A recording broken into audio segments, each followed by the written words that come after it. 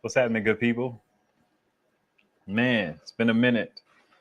I've been trying to go live for a while, but scheduling has just been a problem, more so in my mind than anything. But it's like I'd be wanting to give you guys a heads up, but I also just be wanting to go live on a impulse. I need to try doing a live on impulse and kind of start with that.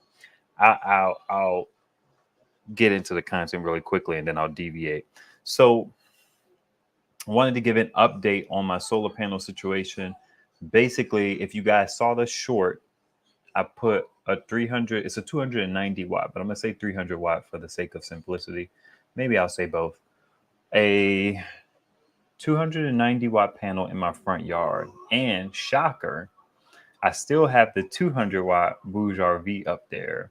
I basically pulled in my all powers 200, which I'm starting to see some degradation in. It's a PET panel, but it's been in my front yard. I left that 200 watt all powers out in the elements on purpose just to see how long it would last. I have to go back to the video to see when I got it to see how long it has taken for it to degrade.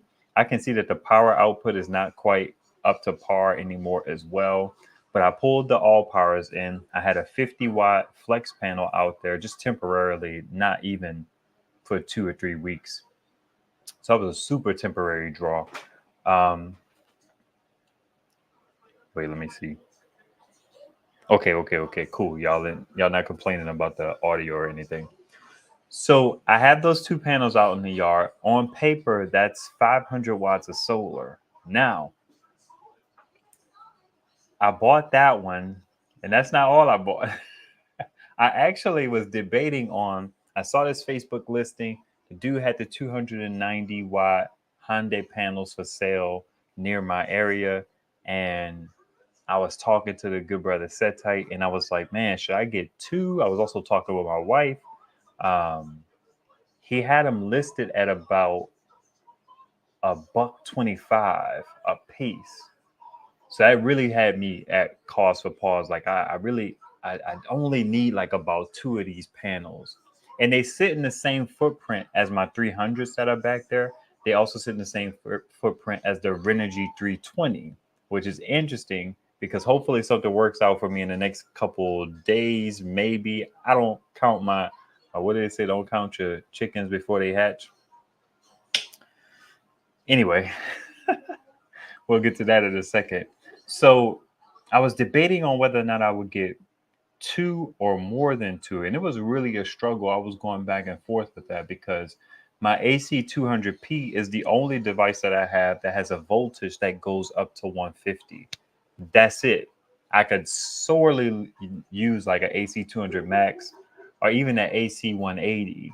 That AC 180 is at like 50 volts, but that doesn't solve my problem. But AC 200 max would be ideal. So I only have that one.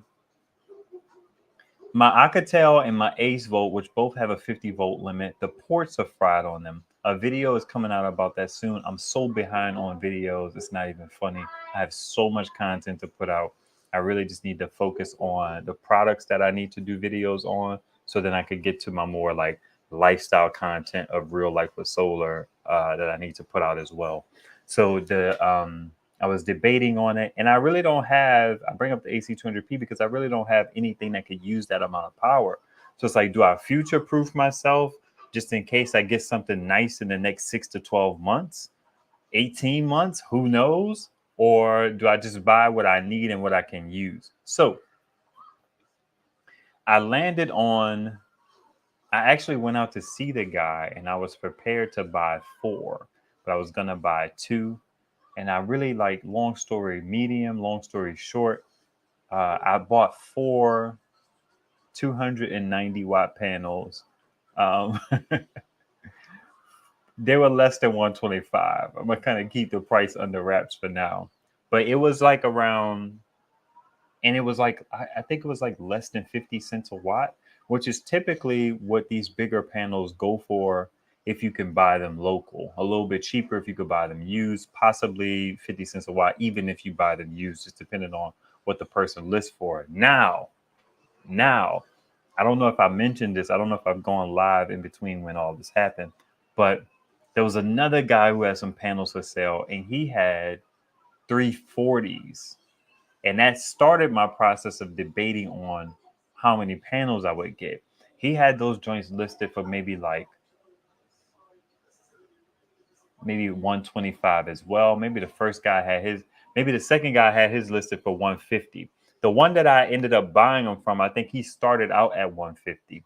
This guy had like 50 plus panels, 340 watts, the same kind of footprint that I love, which is that 66-inch, 67-inch by 40, 66 inches tall, 40 inches wide. I love that particular footprint. That's what my Renogy 320 is. It's 66 by 41 or something like that. So I want that size. I don't want these 70-inch panels, these 80-inch panels. I almost bought a Renogy 550, two of them, and those joints are at like 90 inches. But anyway, I was debating even back then. I reached out to that guy because I was going to buy a few panels. I didn't have a whole lot of coin. So I was going to kind of see what I could work out with him if I bought two or versus if I bought four, because then I could kind of dip into maybe savings or something like that. But what happened was I hit him up and he was like, all like 50 of them or however many he had were gone. Heartbreak.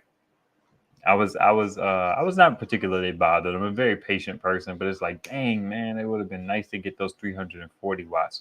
So then I found the 290s, and I was talking to my wife about it. She was like, babe, you was just about to get some 340s, 350s or whatever. Why would you buy anything less than 300? I'm like, well, scarcity kind of dictates to the kind of panels that I buy because panel deals come along few and far in between. And 290s are legit. Now, I had a whole thing about buying 250s for any kind of money because they would sit in the same footprint, those 250-watt panels that people typically spend about $100 for, 90, 80, maybe if you find them on a good deal. They're in about the 66-inch by 40-inch as well. But I didn't like the 250s because they didn't give me enough reason to upgrade from 200-watt panels to 250-watt panels. It's just like, but these 290s, I can get as much as like 250 from them, which is actually a really good look. And I got four of them. Now, if you recall, I hope to show you guys outside. Let me see if I could kind of set that up just so we could have a visual. Where's my freaking phone? Oh, it's right here. Where's my phone, right? As if I don't have enough phones. I was looking for my one phone that has legit service. So let me see if I could go and show you guys what's popping outside. Actually, let's look at the comments first, see what y'all are talking about. I know I saw Sleeper around here. What's good? My EcoFlow 400-watt panel seems to work better on my AC 200-watt max compared to what? Let's discuss the super loud fan of the All Powers R600. That thing, like I said in the video, it would have been perfect if the fan wasn't loud and it had bi-directional charging. Perfect. I mean, the app is a little janky, but all of that solar that it could take in, which we're going to talk about in a second, plus the 600-watt inverter, is like, that's pretty good. Yeah, I don't want to rehash the video, but the fan is so freaking loud. Hey, 2%. Okay, cool. Let's see. Definitely missed an opportunity with that. I guess they feel like the thing is so cheap. I can't knock them for having like a subpar fan. Shoot, the EcoFlow River Max 2 has a whack fan in it. So, I mean, I got that. You could get that dip for as cheap as $199. It was like $210, something like that. $269 with a $60 coupon on it. It's like I can't be mad at that. It just sucks. Jason released a video charging power stations in the car. He did it with the R600 and his what? He had an R600? I didn't know Jason Noy had one. Interesting. What's up, family, man? What's happening? Subject to change. Just came back from a trip to Korea where I took a small portable 28-watt panel, keeps everything charged up, and it worked wonders. Why did you go to Korea? That's pretty interesting. What made that come about? Hey, what made you want to take a panel? I need to hear more. Subject to change. Compared to the Delta 2 Max. Compared to the Delta 2 Max. The Delta 2 Max is the one with LFP, right?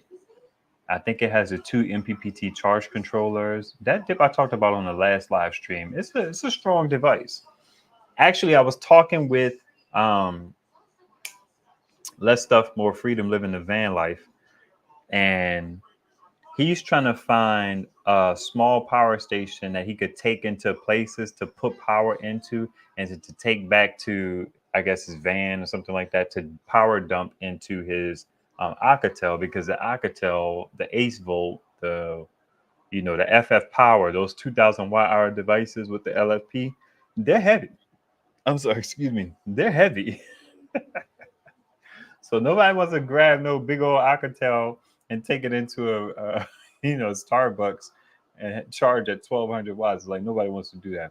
But another, with the Delta Mini, it's on sale at Costco for $400.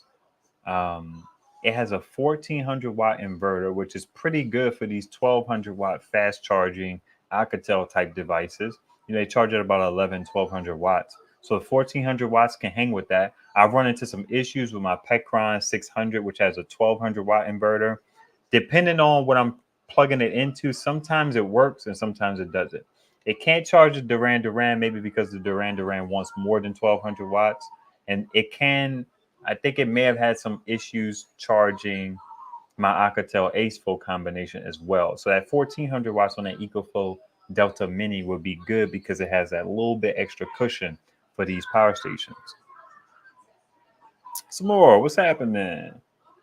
Okay, let me see if I can get us outside just to kind of show you what the backyard looks like now. Save massages. I have headphones in, so I shouldn't have an issue with that. Let's open in Chrome. Hopefully I didn't mess that up. Then I have to configure the camera to turn it around to the back, facing back. I wish you could kind of go, that's the wide angle. Okay, that's normal. Audio default, adjust the volume automatically. We're going to X that out. All right, let's see. Let's mute this. Stop cam. Enter studio. Turn volume down. Can't turn the volume down. All right. I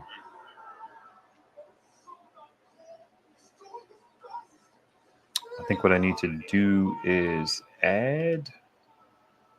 Okay. And what I'll do is, I think, remove. Now, once I remove this, it's going to mute for a little bit. Just give me a second.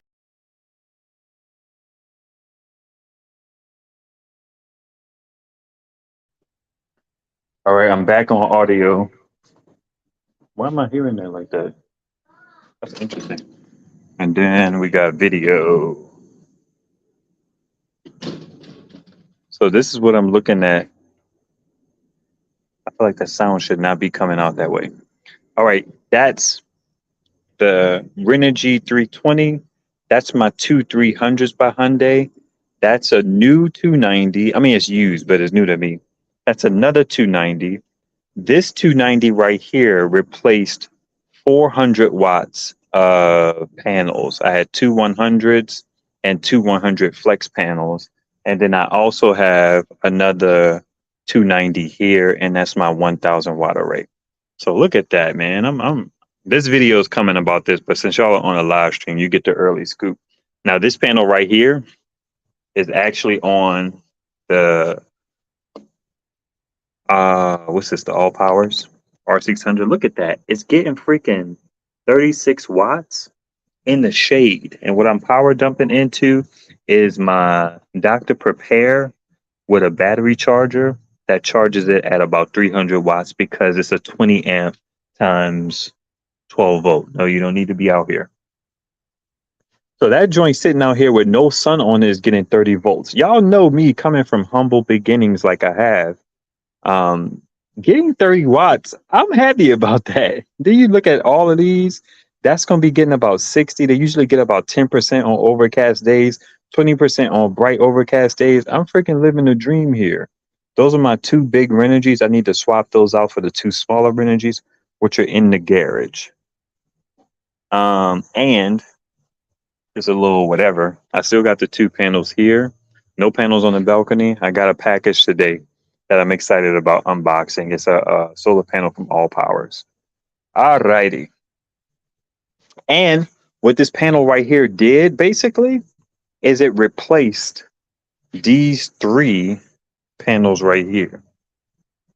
So that's the Alicanta, that's the Big Blue, and that's the Yargo. I used to take all three of these out and deploy them on the Rock Pals. Yeah, the Rock Pals, the Smart, Power Smart, Rock Pals, Power Smart, and sometimes the Pecron would come out here. And what else? I don't know. I would figure it out. But instead of doing that now, which I still do because I haven't found like confluence here, I can use this to power dump into all of these power stations, like the Big Blue, the Bull, not the Bull Bat. I don't have the Bull Bat anymore. The Big Blue, the what's it called? The Oops. So yeah, that's what outside looks like. And we got the EB3A here. I'm sorry if that's an echo, but I'm gonna show y'all what the front looks like. That's the Pecron in the hallway. This is the EcoFlow. This is the EcoFlow Delta Max 2. Because it has the 50 volt input limit, that's where my fourth panel is. So you can see boom, and then that's my other boom. You feel me? So it's a good time. They live like right here in this corner. So it's a good look. All right, I'm gonna turn the camera off and then we're gonna get back on the main joint. Jesus on the main line.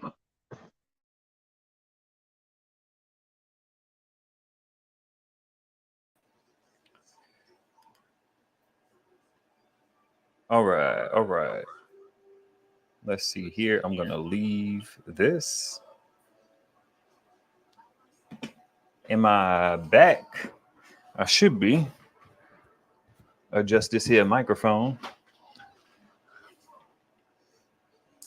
So 4 new panels. Let me know if you guys can hear me. I think you should. I'm not muted or anything. I have 4 new panels and I love it. Now, what that does for me is I have to have one panel going into the all powers. I have to have, thank you. I have to have one panel going into what? Shoot. Okay, one of the new panels is going into the all powers. One of the new panels is going to the EcoFlow River 2 Max.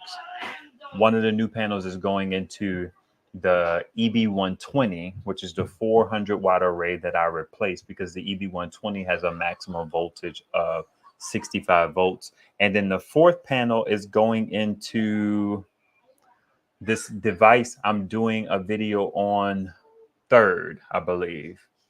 And that's the GoPort P15, which has a 40 volt input limit. Those panels are about 36 volts by like 9 amps or something like that. So when you think about the fact that I can't put 2 in series on most of my power stations, that's why I was talking about the AC200P and needing something like an AC200 Max so that I could put at least 3 of those in series and pretty much rock out. I actually entertained the idea of replacing all of my 200s, which are going into the AC200P, which is powering this stream. It's also being powered by the Alcatel because this one was at like 5%. What's it at now? Hey. Can I get on? Sure. Oh, you want to say hi? Hi. um, so I was thinking about with the first guy of getting like maybe 3 1 3. What is it? 3 340s or 3 290s in order to replace my 5 200s. They're a mix of whatever's. It's like a bunch of 190s, 1 200, and I think a 180. What I was gonna do in that situation was take all the. You gonna get down or you gonna sit up? I'll sit down. Okay. Watch the wires.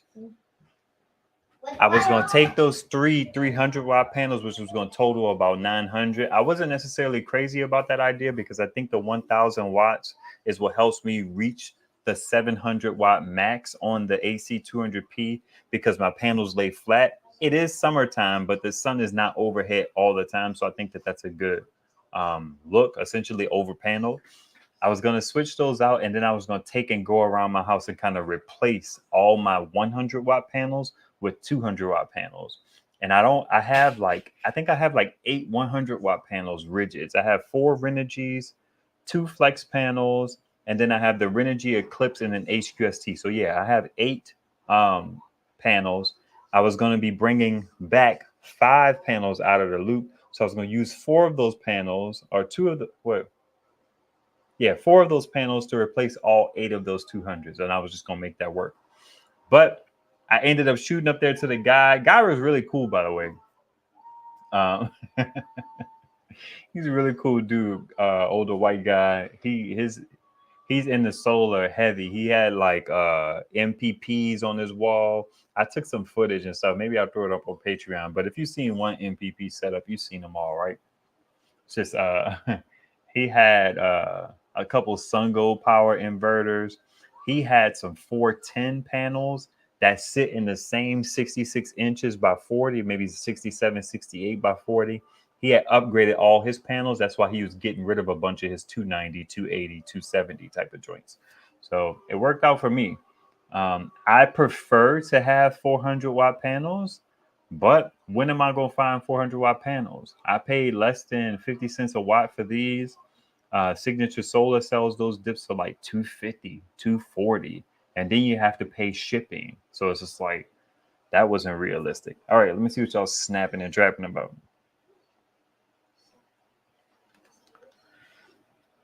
How much do you pay per kilowatt hour in your area? I would say it's probably like 16, 17 cents.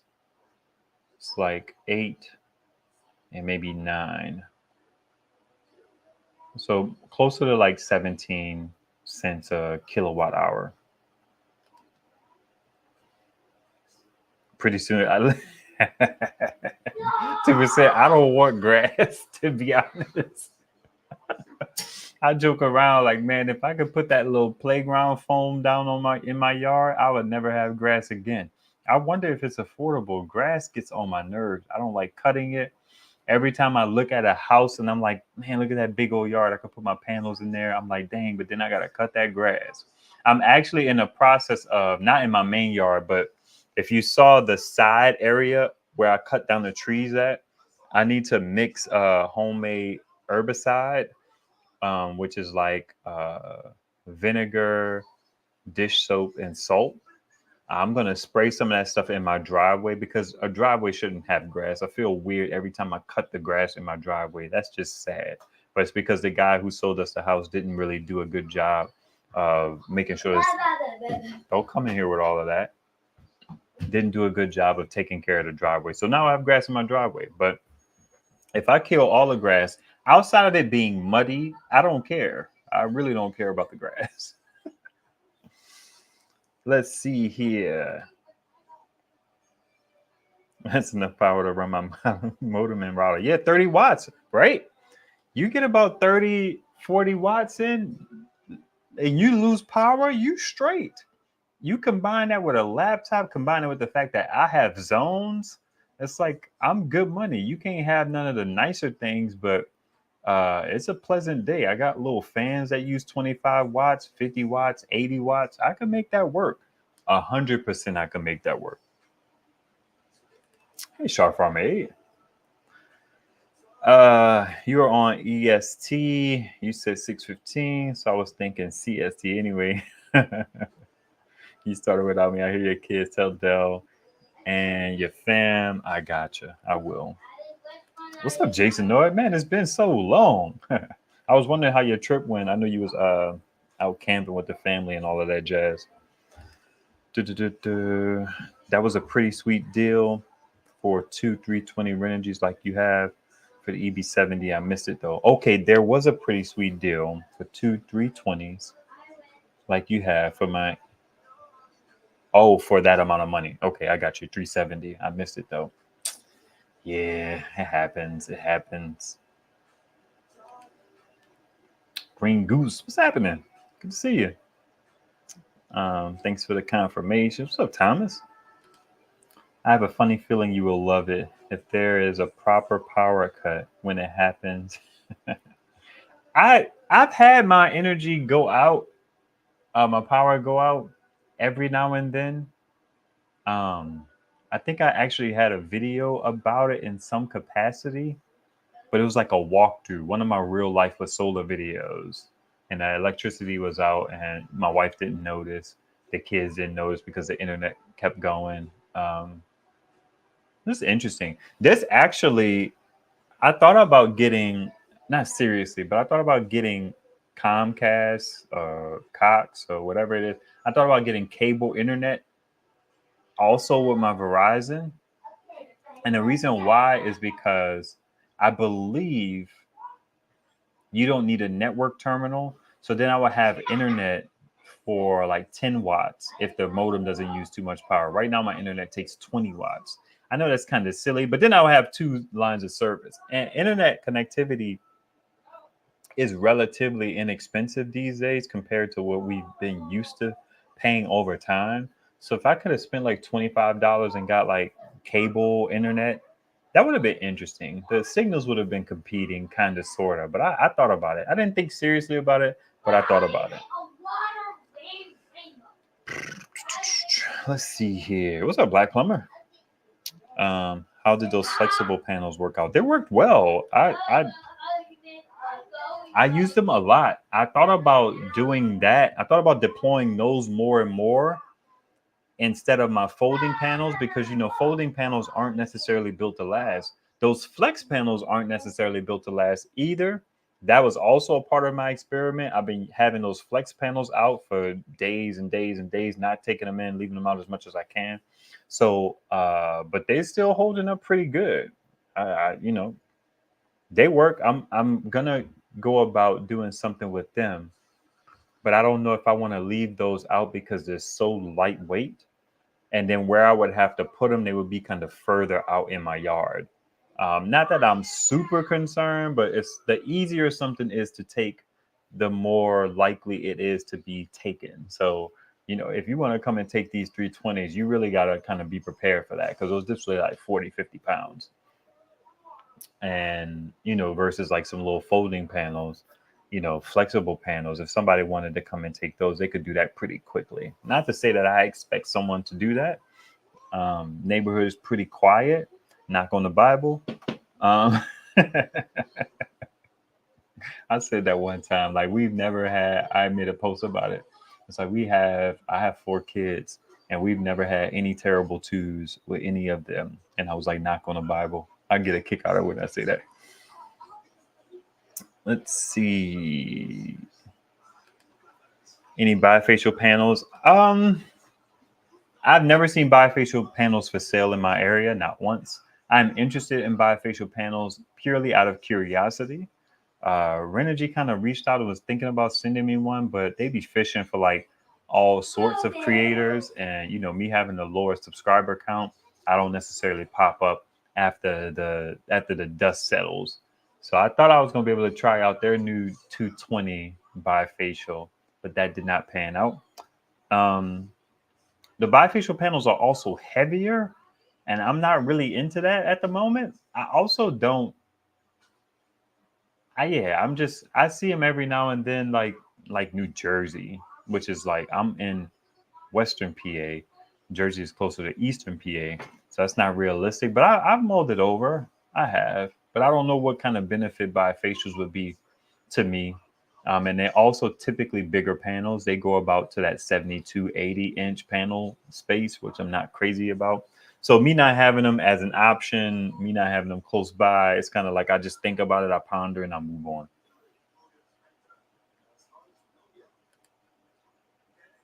Thank you. Yeah, he's not the one that come and hang out in front of the camera, that's for sure.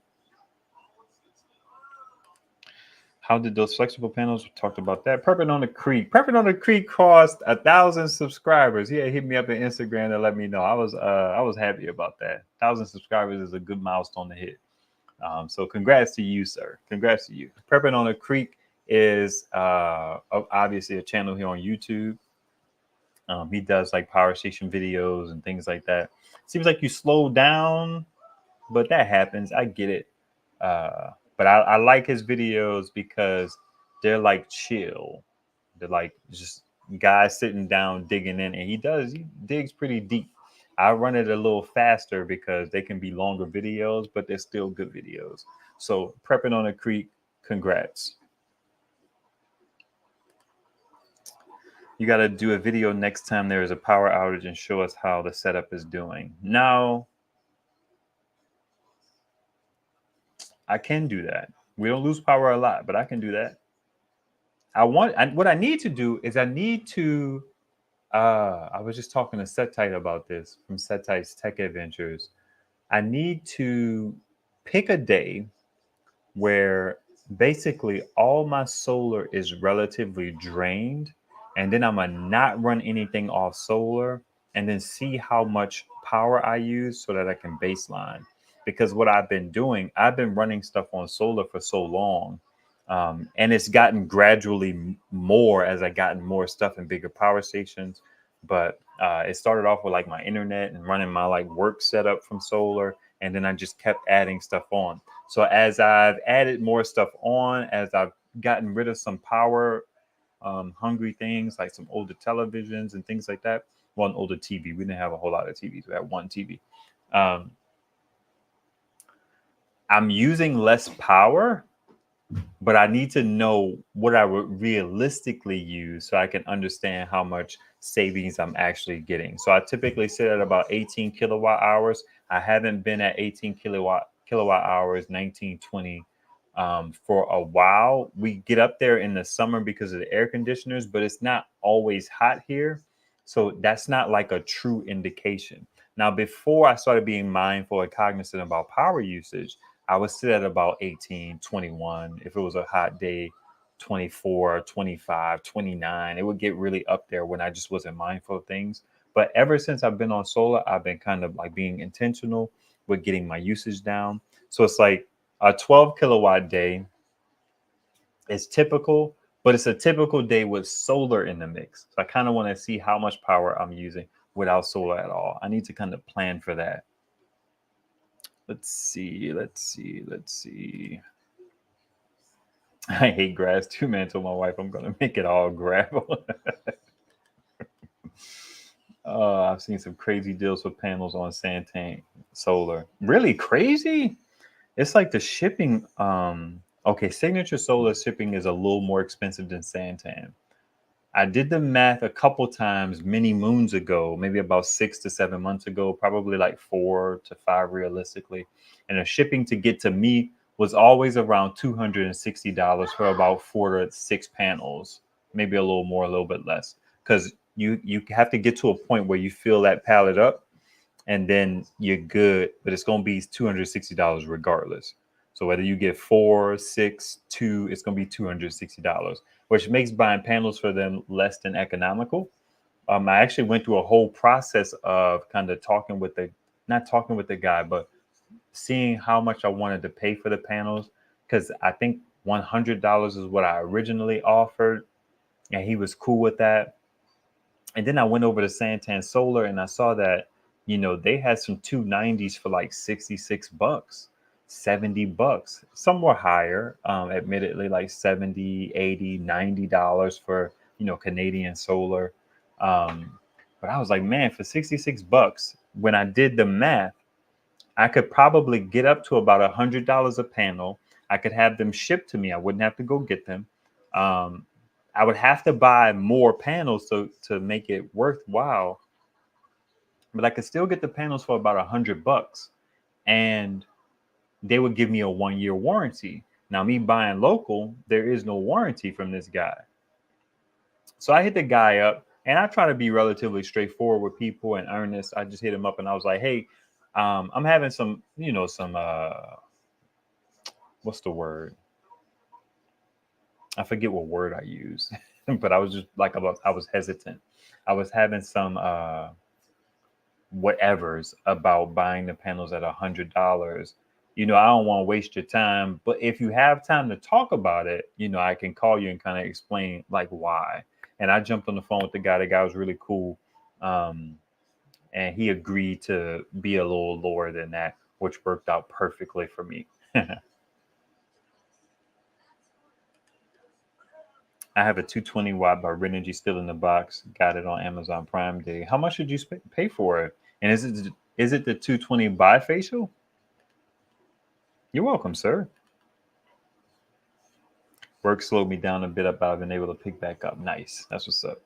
Kimber Jack, what's happening? Oh, okay. I got you. Silver Surfer, good to see you. Yes. Huh? My chips. What? It's my chips. You saying I finished my chips? Yeah. Let me see.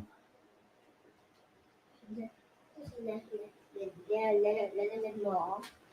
So are you finished or you're not finished? I am finished. Okay, these are crumbs. That's understandable. Go ahead and throw the bag away. Yeah,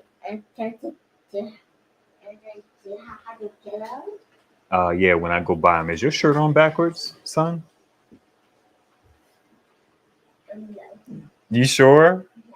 Let me check. Come here. No. Come here. Okay. Oh, this thing is leaking. Condensation, rather. Holy moly. Sorry about keeping that comment up. Man. So I was happy about the panels. I also was able to sell my EcoFlow panel, the 110. I got a pretty decent price for that one. I got a great price for the river and the panel together. And once they replaced the panel, I was like, I'm not going to use that panel. I have 1, 2, 3, 4, 5, and I'm not even counting for real. 2, 3, 4, 5, 6, 7,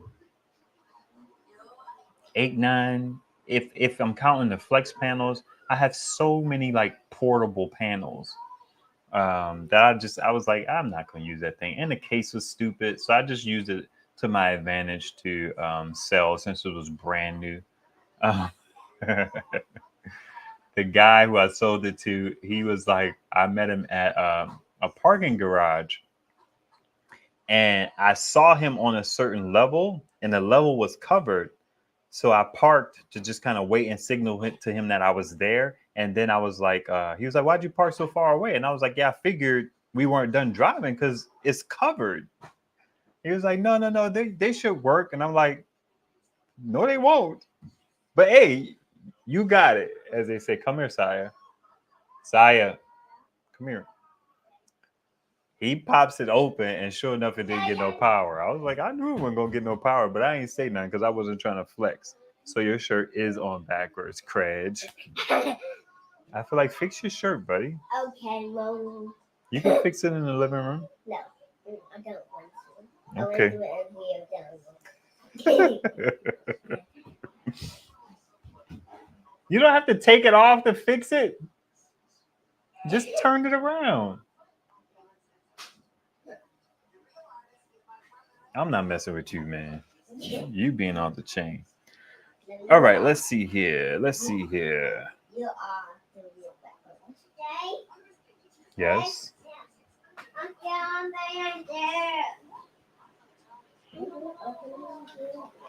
Hey, do me a favor, move that pillow out of the way so she can walk into the living room without a problem. What's going on with your hands? Okay. What the heck is this? Yeah. Can I see it? Go rinse your hands off first. That's soap. That is soap. Oh my gosh. I mean, it does smell like soap. Anyway, power dumping. I talked to you briefly about how I use my All Powers R600 to power dump into these power stations that typically I would throw out on panels. That's my Rock Pals, my Pecron, Bull Bat. I keep saying Bull Bat. I gave the Bull Bat away to Mark. Big Blue and Oops, and some other like one-off power stations. Now, I had mentioned before that I was kind of like in a short. I showed that short with all those power stations lined up. It was about 5 of them, and I was getting kind of annoyed with um, having to bring so many power stations down. Bringing them down is not a problem. It's mainly the carrying them back up to deploy them that has been really kind of annoying. The situation has changed just a little bit, but because that panel that I have out that's in the middle of my yard, the R600, I was going to say R powers. The All Powers R600 essentially just sits outside. I bring it in at night, but that panel does not come into my house, which sucks. So I have to figure out how I'm going to change that around. I thought about the fact that I have two 200-watt arrays going into the EB70 and the Loom Pile. They have priority compared to being outside where they come into my basement. Now, those are just bonus zones. They don't power anything. They just sit on solar all day. And at the end of the day, I grab them and bring them up. The Loom Pile has a 1200-watt inverter on it, possibly, that I use to run my kids' air conditioner, along with the GoPort, which has a 1500-watt inverter. They both have 1000-watt-hour capacities. I need to do videos on both of those. The Loom Pile is next up. So I kind of feel like what I may need to do is to bring the R600 into the garage area. But then that puts me in another situation where I'm power dumping and I'm bringing down the Oops 500 watt hours, the Big Blue 500 watt hours, the Rock Pals 500 watt hours, the Power Smart 500 watt hours. I'm bringing all of those dips downstairs to get power into them because the R600 is so capable, but the battery is so limited. So I've been struggling with that. I have also been thinking about how to get power onto my top floor. I was actually looking at 100-foot cables today. Set Tight made a good point because I was just going to do a 12 gauge 100 watt because I think that that's fine. If I think about it in terms of just a 40 volt 10 amp panel, that's fine. I did the Renogy calculations. They was like 14 gauge is fine. 12 gauge is about my default. If they say 14 gauge is good, I still will buy 12 gauge. But he was like, you probably want to get 10. And I was like, you know what? That's a good point because what if I have a power station that could take in up to 15 amps? And I want to put two of those 40-volt panels in parallel, which I have on a Fiery down in the basement. They're in parallel because it can't do series. Then I may want to do 10 gauge. So 10 gauge bumped up actually from about $100 to $120. And I probably would try to maybe run it into my bedroom window, kind of like how my zone is for my TV. I have that little rectangular window with the two cloth things. I have a bedroom window literally right above it, and I could run that joint up there and then have the wire fall down. The only downside is that wire has to go all the way to the back of the house. Whereas like that power station, the AC60 and the B80, which is in my zone one, which is TV and internet, that joint goes out to the front of the yard. So it's a whole thing. I don't know. I just have to figure things out, man. And I'm doing all of this because I don't have the money to upgrade my power panel, my circuit panel, and to get a transfer switch. The transfer switch I could kind of swing, but upgrading the panel and the line, dude was talking about like $3,000, 3,500, and I don't have that kind of money to spend on that. So that's a no go. I need to revisit looking at electricians and getting some new quotes because since we're not in the pandemic anymore, maybe prices are better because I've always kind of benchmarked it against Jehu talking about getting a transfer switch installed and a panel upgrade. He was like $500-800. I'm just like, bet I could do that. I could swing that, but $3,000. Like, nah, it's almost not even worth it. Spend $3,000 to get an upgraded panel to put in a transfer switch to bring in about what 1,000 watts, 2,000 watts. Let's just call it 2,400 watts. I think I did the calculations. Let's call it 2.5 kilowatts of power coming in. 2.5 kilowatts of power coming in throughout the day. That's valued at about what 40 cents.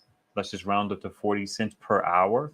If you're on full tilt, which you're not, because you're gonna get like a 20% reduction in that anyway. So it's like spend $3,000 to get in 40 cents a day. Now, granted, panels last for years, but I'm not in a position to spend that. So there's that. But boom. Let's see.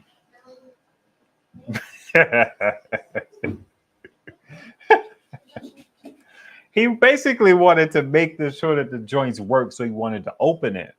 And this thing was brand new. And the guy, me and him are kind of like, we had a bit of a misunderstanding.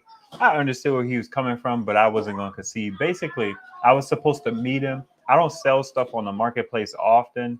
And what like how occupied my life is, I think I took a nap, which I'm not a napper, and I missed meeting with the guy, and I felt bad for that. So I was going to meet him in this particular area.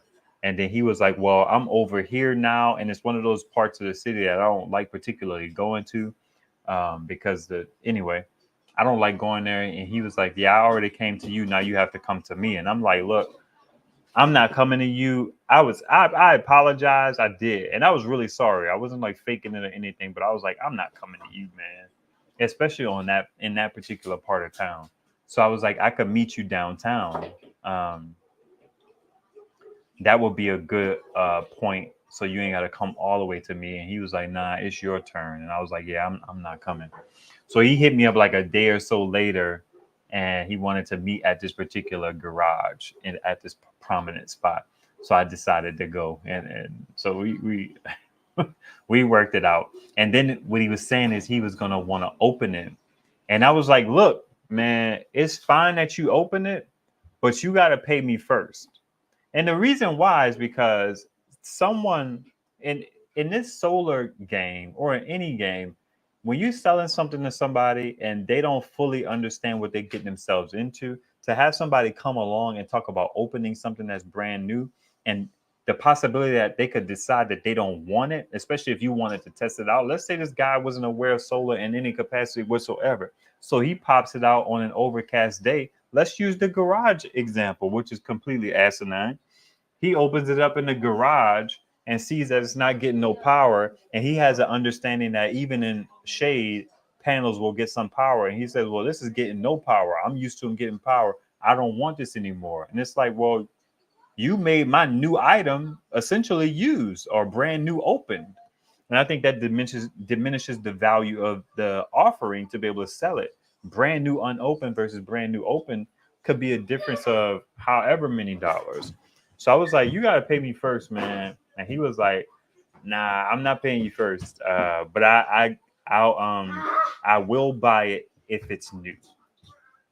And I was like, all right, I'll take your word for it. Cause I feel like if somebody put their word on something, I'll go off that. But I just wanted to let you inside the mind of Ive. Cause I was like, dude, you're not about to play me. Cause y'all won't be knowing what y'all doing and then won't waste my time. Nah. Let's see. It was bifacial from Renogy. Got it for $229. That's not bad at all. My plan is to put it on my trunk camper shell to charge my solar generator / 12-volt battery. Interesting. I don't know if I would hard mount a bifacial panel that close to a surface. Also got the Renogy 50 amp solar alternator charger for my truck. Nice. Just because the bifacials give you more power because of the stuff reflecting, but just getting a panel at $1 per watt, especially when you're dealing in those Amazon prices, is cool. Because no matter what you do, it's still a glass panel. It's still bifacial. You can mount it for 2 years and decide whatever you want to do with it. So I think it was a good pickup. Let's Excuse me. Hey guys, where's your sister?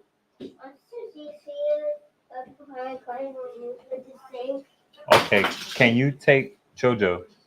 Can you go in there and take the actually just leave her be because I don't want to deal with her screaming right now because I'm not gonna get up to discipline her. Not physically in this instance. No. I don't need anything done. I do physically discipline my kids. Nothing crazy, but sometimes I feel like you gotta touch them. That's where I'm at with it. The more you know. Bum, bum, bum, bum. You dry your hands off, Mama? No. Go dry your hands off. Okay. Thank you.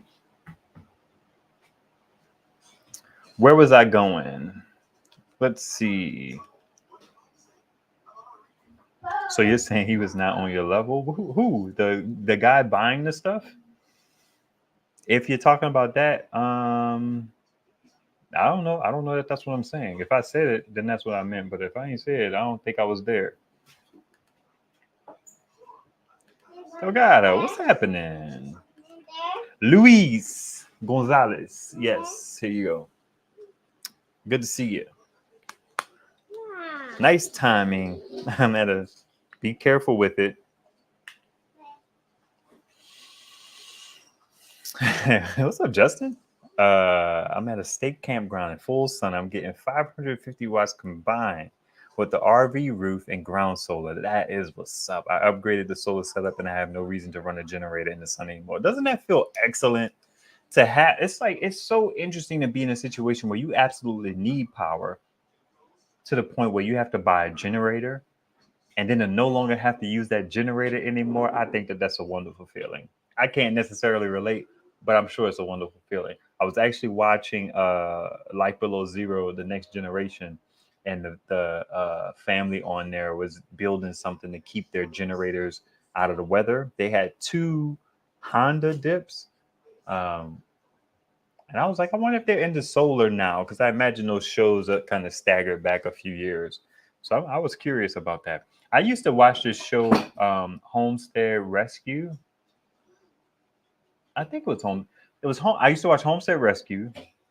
Love the solar portions. That's why I made my channel, because I will watch all of this content just to see about the solar portion and not necessarily how it was installed. I wanted to know how it was used. That stuff is like dope to me. And I also used to watch this show where they were building what were they building? They were building like sustainable buildings for dwellings, like houses and stuff like that. Like they would build like an earthship or a yurt or something like that. And all of these people kind of came together to help them build. And I would watch that stuff just off of GP, but I love the solar portion. So I think that that's dope. I think that that's dope. But anyway, let's see. Yep. Get the 10 gauge for sure. I have 12 gauge and it limits me to panels that are 10 amps or less since I want to go 4 panels with mixed series parallel. Currently, I see 180 watt panels only that fit the bill. That's interesting. Yeah, I feel you. Both people don't trust each other and shouldn't trust each other. Either person could possibly want to rob the other. Oh, that's a fair point, I guess. I don't know how that relates to being on the level, but that's that's a risk you take when you're out here dealing on a marketplace. I'm a believer, a Christian, so I use my discernment. You can kind of tell, and as they say, most people are decent.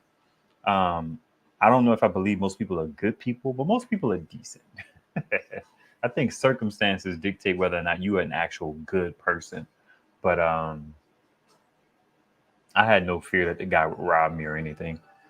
I don't think I've ever gone into a situation. Now, I did have one situation where I was like heavy into buying phones from the marketplace, and I was buying a Droid Razor, the thin joint, the candy bar style Android one that had the screen. It wasn't the Fold. I had a Razor Fold too when it got cheaper, not when it was like $700.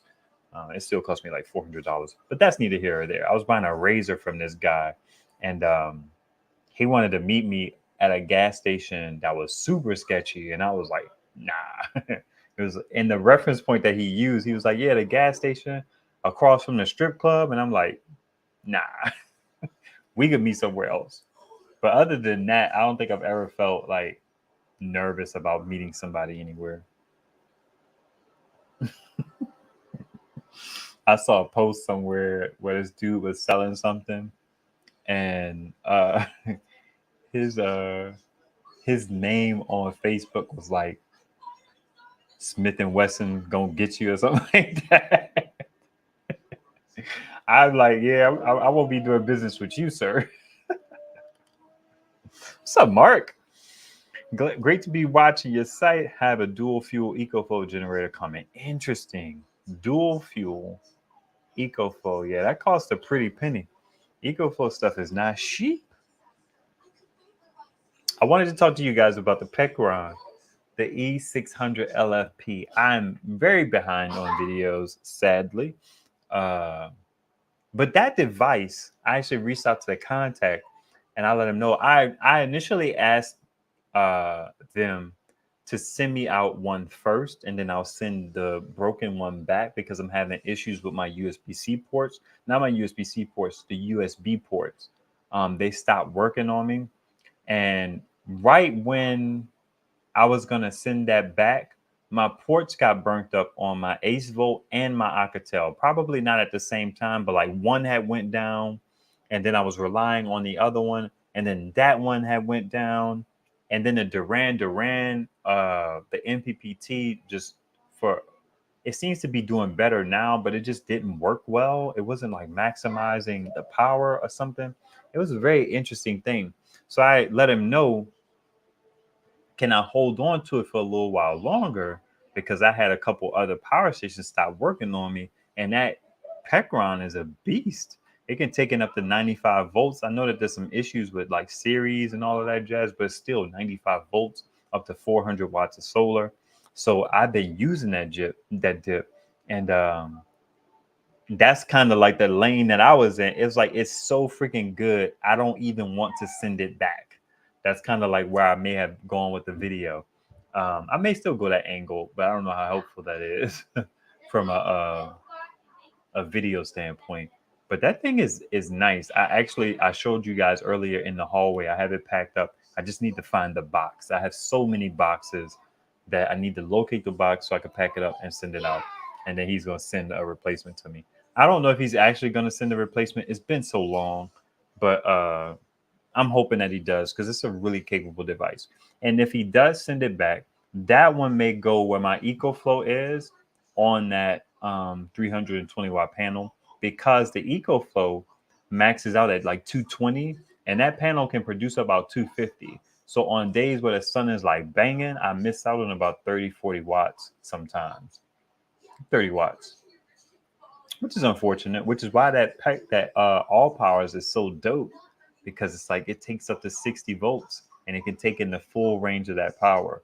I got like 250 watt, 250, 243. I don't know what I showed in the video. That little thing is a beast, man. Beastie.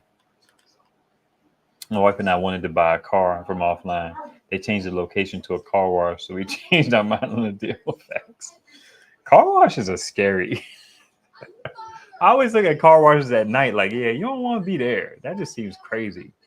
I actually seen some footage, some daytime footage, sadly, in New Orleans, where I'm from. I don't live in New Orleans anymore. Shout out Katrina. But there was like a daytime like shooting at a car wash, and that stuff was wild to see. But at any rate, geez. So right now, there's a possibility that I hope it comes through, because I could be getting like a bigger solar panel. That's going to be interesting in trying to decide where I'm going to deploy it. I think ideally, it would be a front yard panel. That way, if my wife ever feels like, yeah, baby, these two panels are too much, then I would have a 400 watt out there instead of a 290 and a 200. So, but then I struggle with the idea of, because that EcoFlow is not going back into my living room. So that's where the Pecron comes in. But the Pecron is also only 614 watt hours. So it would be great if Blue would send me that AC 180. I'm trying to figure out how to ask for it. like whether I should wait and see. Speaking of, guys, can y'all do me a favor and go and watch the AC60 B80 video? Play it twice. Just to get those numbers up on that. That's a bit deceptive, but the reason why I say that, I wouldn't normally like be in that pocket, so to speak. But I think the AC60 B80 video is not necessarily performing well because the price is so crazy and I'm late to the party. So I feel like a lot of people may not necessarily find appeal in that device. So the video may not do well for those reasons, not necessarily because it's not a great video. Like I think the thumbnail's a banger. I really made some strides in my Canva ability. I noticed something. I discovered something that was super simple that I haven't known for all these years, which is that you could change your font and you could add effects to your font to give it like shadow and gradient and things like that. I did not know you could do that for the longest. I was manually adding shadow to my text, which is just, it saddens me. My wife looked at me and she was like, "Oh, I feel bad for you. You didn't know that." It's all good. Hey, leave that stuff alone, please. Thank you. So the Pecron may be the device to come in, but the problem with that is the capacity is so low.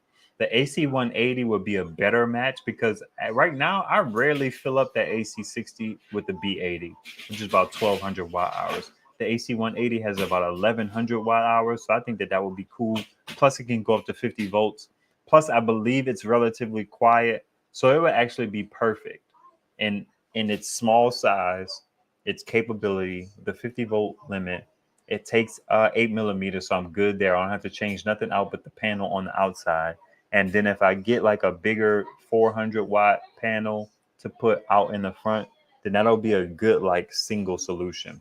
I'm gonna be sad to not have two panels kind of powering that zone. But me and my wife were talking about it, and that's why I pulled in the all powers and the sun power 50 watt, because she was like, one panel in the front yard is kind of like enough. What's up? Just had it touch me in the butt. Okay, I'll deal with it later. You gonna get popped for that. Nope, I'm not giving you no more chances. I told you about that. That's a private area. You don't touch your brothers or your sister in that area.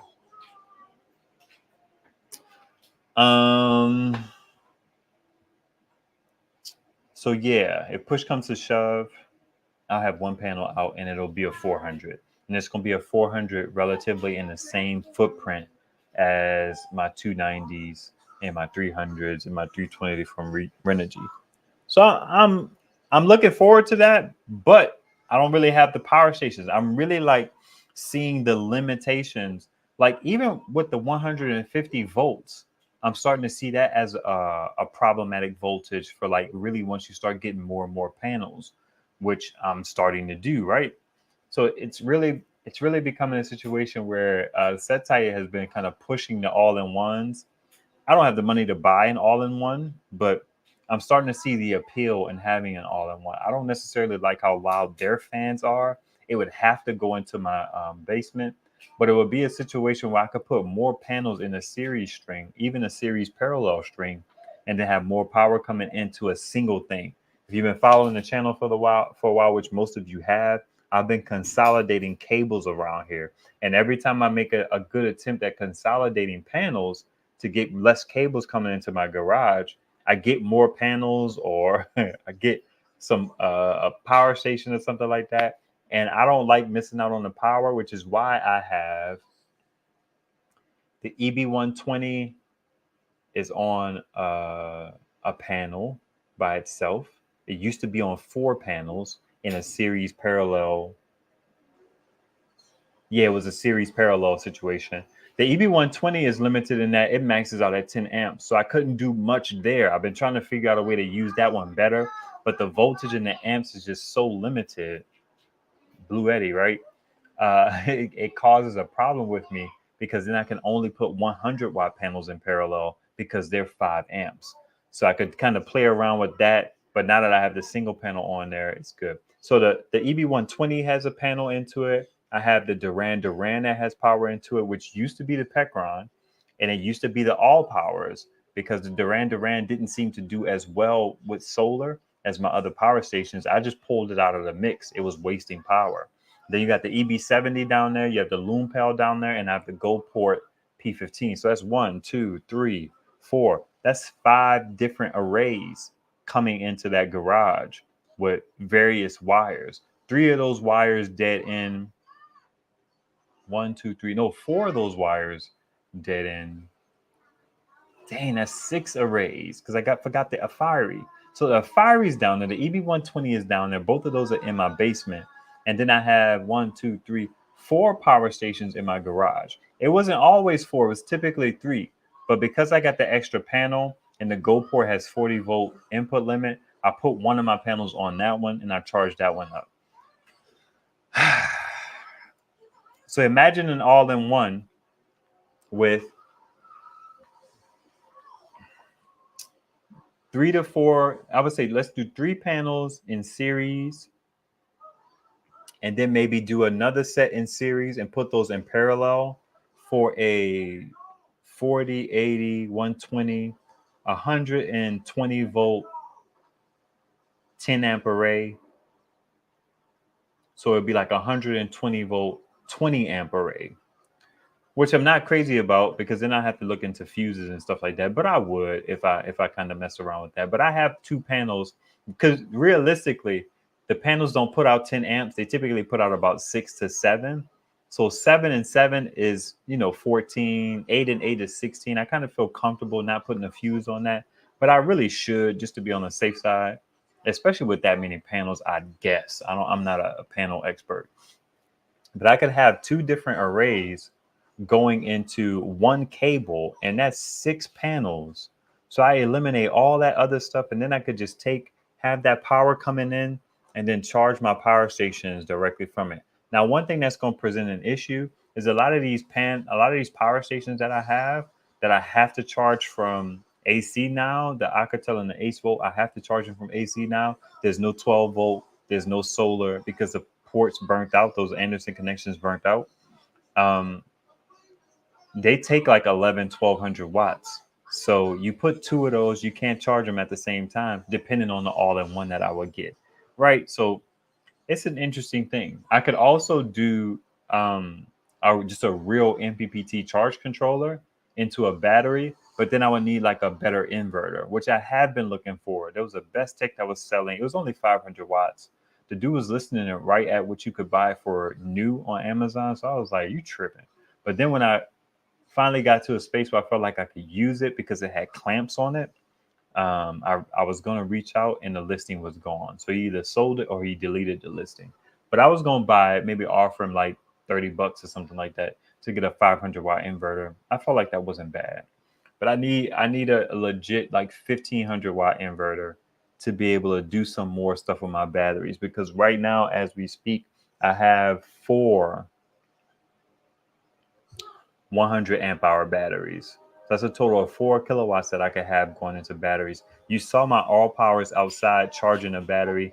What I usually use the all powers for is charging power stations. But if I could get an inverter, then I could just have that all powers power dump into a battery, and I don't have to worry about, okay, USB-C, USB-C, AC adapter going into the big blue triple charging, and then, AC adapter going into the OOPS, so that it could get some power, and then putting a USB-C into the OOPS as well, so it could get double 180. I could just have a battery charge and actually use the battery to power stuff. And then if I could get a situation where I have a inverter that uses some clamps, which is what I prefer, I know that may not necessarily be ideal, then that's 4 kilowatts of power that I could prioritize power dumping into instead of power dumping into these little 500 watt hour power stations. Does that track? I hope that tracks. Let's see. Boomer, what's happening? I was sad to see those 2 large panels you bought were damaged. Oh, yeah. When I went all the way out there. It seems that particular place that I'm buying them from now, they're actually starting to show pictures of the panels. The interesting thing about that situation is, so I got 1200 watts of power for about what I would have gotten 900 watts of power for, and it was less than that. So those Renogy 450s, 550s, they typically sell at about 50 cents a watt. So if you get two 450s, 900, you're spending about $500, maybe a little more than $500 with tax, which is still a good deal. I mean, you spend $250 for a 450 watt panel, considering that in the Amazon market, because of the individual shipping and price, you pay about $1 a watt, which I have done. You know what I mean?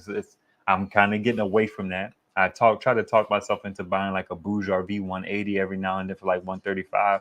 I'm like, dang, if you could get a whole 300 watt panel or 290, they're not all over the place where I'm at. But if you just be patient, instead of spending 130 on a new 180, you could spend about 100 on a new or on a used 290, 300. So it's just one of those things to think about. But those panels are also very specific in that once you get those 450s from or the 550s from Renogy, you can't really pair anything else with them because nobody else is really making those panels in bulk. So it's not like you could go on Amazon or Santan and buy those 450 watt panels. Nobody else really sells them. The highest I've seen is like some 455s and some 410s, but that ain't 450s and 550s. I don't know where Renogy gets their panels from, but I look forward to more of these panels coming on the market.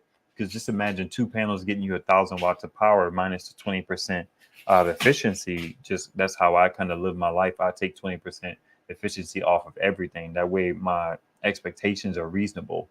Then that's a good look. You know what I mean? That's a good amount of power coming in. Now, with my situation and all of this power coming in, I feel like I should kind of be more swimming in solar more, but I feel like I'm kind of not. But I think it's because I'm gathering that power. Hey, Saya, leave that alone, man. I kind of find myself getting the power in and then using more of it, but it just feels like I should have more power. And actually what it is I'm taking a lot of that power and reserving it for when the sun is going down to run things around the house and to run them a little longer. Like my Power Smart power station, which is actually a really good power station. It's not LiFePo, but that thing, though, it has to be 120 volts. Hey, what's that, your Canon? Yeah. Okay. It runs at 120 volts. The thing is just, it's nice. It's nice. It's not LFP, but it works really well and really reliably. I find myself reaching for that more than any other joint that I have around here. I don't have to worry about the fan getting all super loud when I'm using it over the night to run a fan in the window. It's just a really solid device, which is cool. Let's see. My AC 180 is noisy at times, and I have it on silent. So I must be doing something wrong. It depends, because when you're charging from solar, I don't think that silent stuff applies. What time is it? We're doing pretty good on time. Hey guys, don't start getting loud, please. So you're saying, because it depends on the load, right? And that's one thing that's an interesting caveat for me is I don't have like super large loads around here. I have started to use my air fryer a bit more on solar. I don't use it as much because the AC 200p. Oh, actually, I got to tell you about the AC 200p. It struggles. Okay, let me finish that thought. The AC 200p is my most capable inverter in terms of the quality of the inverter. It doesn't seem to have, I could be wrong in that as well, but I was going to say it doesn't seem to have some of the quirks, sure, that the Duran Duran, the Alcatel, and the H Volt have. But I could have jumped the gun on that. One thing that I thought worked well on the AC 200p is not working well anymore. But I started to use some of my bigger items. I shouldn't say some. I started to use my air fryer on the AC 200p more, especially when I'm swimming in solar, which has not been lately. I get about a day or two, and then I can't wait till I get about 3 days of solar to really see how much power I'm producing around here and how much I don't have to shuffle things around, and then how much power I could actually take and just power stuff instead of kind of like hoarding the power in these little power stations.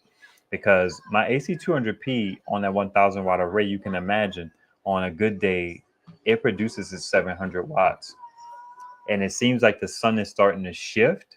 So I'm seeing about 500. You trying to get in the camera? Mhm. It's up here. So you got to tiptoe and go higher. Okay. There you go.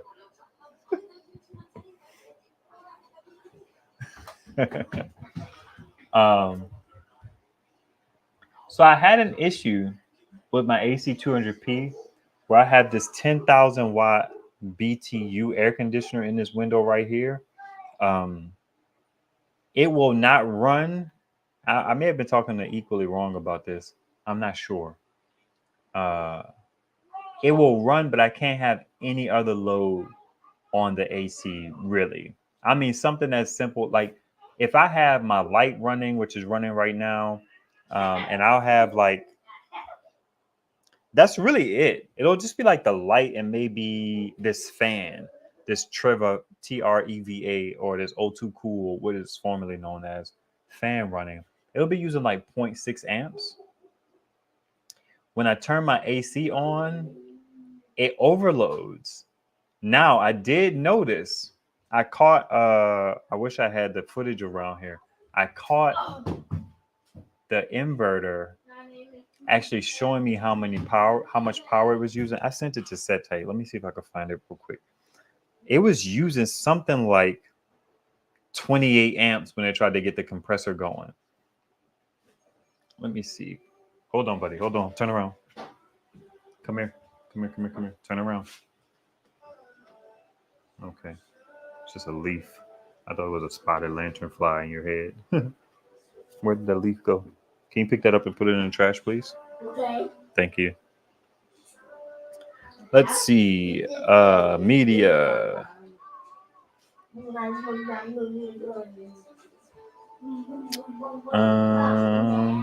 I'm trying to find it. Here it is. Holy moly. I want to see what it goes up to. I can't show y'all. Yeah, it went up to 28. It went up to 28 amps. Let me see if I can show y'all. If the camera will pick it up.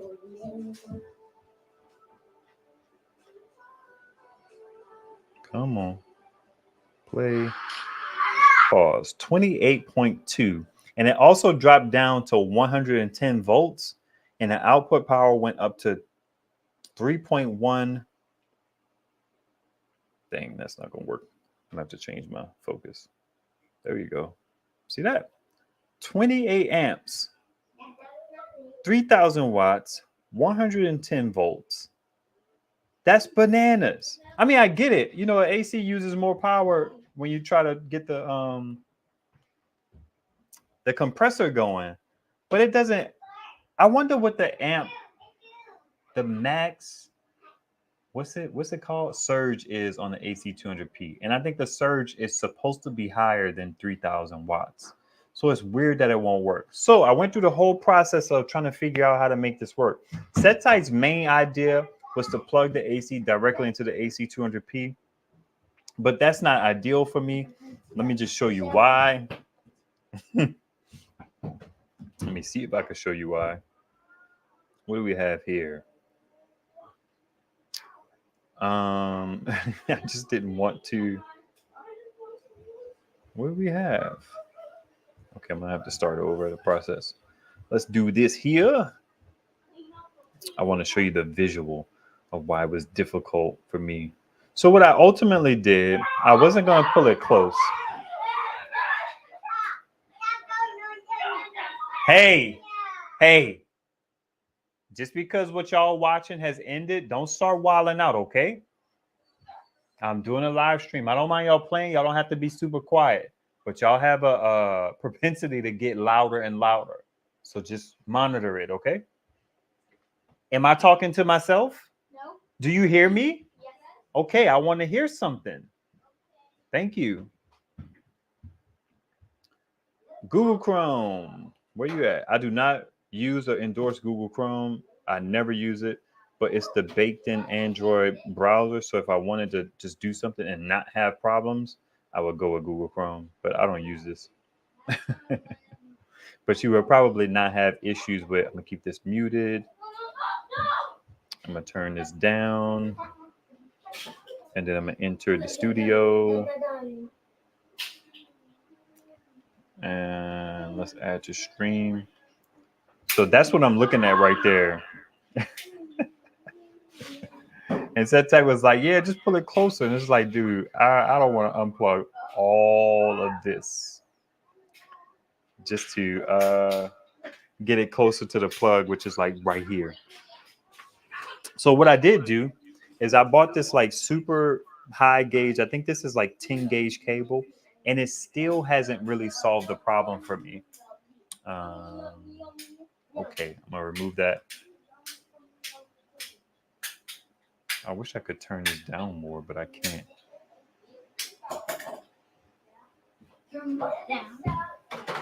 So I bring all that up.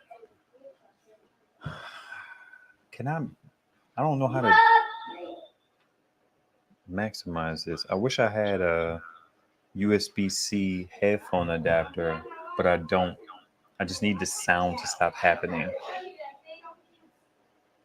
All right, I'm gonna just have to leave again. If I gotta come back, I just gotta come back. All right.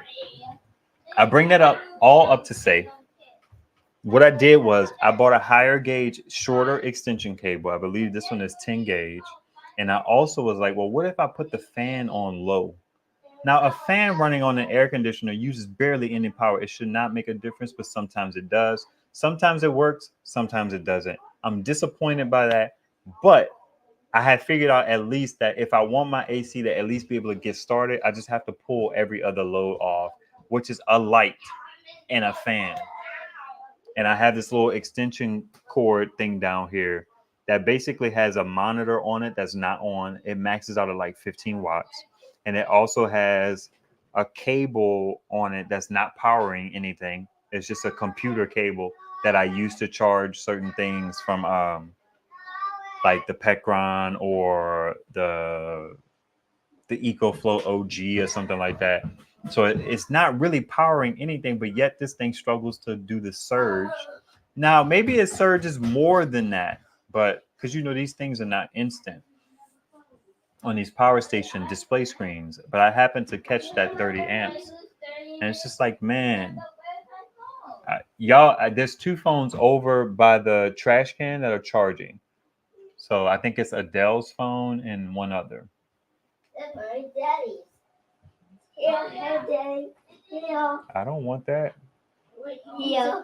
All right. I'm doing something. Go ahead. Okay. Hey Jojo, can you also put on the phone for 15 minutes? But I mean, I'm disappointed. Also, dang it, I just logged out of there. My Alcatel screen is weird. That disappoints me. It doesn't show my percentage anymore. My percentage is kind of like stuck. It basically shows what it 188, which is the maximum amount of characters or digits that it can display at one time. Can y'all take y'all phones and go upstairs, please? If mommy sends y'all back down, that's fine. But y'all should be able to go to your rooms with your phone.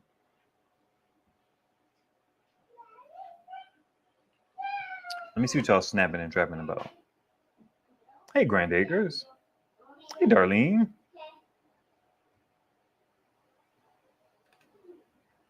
I don't use my AC60 B80 much. I need to change that, I guess. No, you don't. I feel like that's a good power station for like when you go somewhere, if you wanted to just throw it in the trunk or let somebody borrow it. I'm not saying you would do that or not do that, but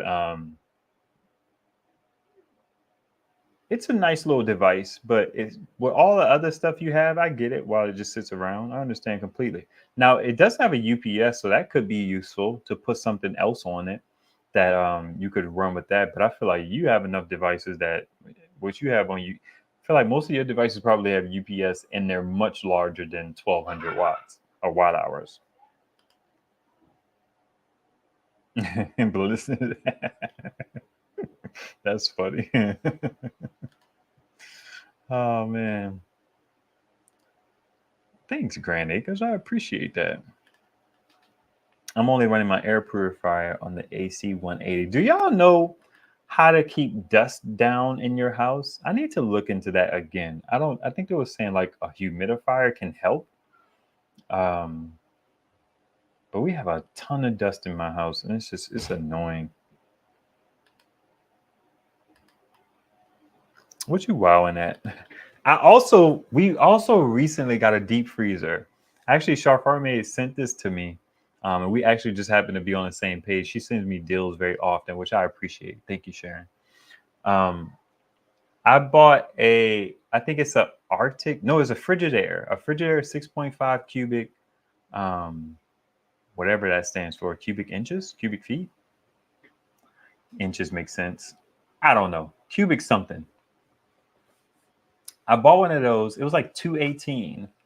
And what that allowed me to do is to get my little dorm fridge out of the mix. So now I have two deep freezers that use about 75 watts an hour, instead of my little mini fridge, which was using like about the amount of power that a fridge uses. It was up at about 125 watts, which was annoying. And then because it's a cheap little refrigerator, it wasn't insulated very well. So if I left it off of solar, which I haven't been in the habit of doing, I got to tell you a funny story. Not funny, haha, but it was interesting.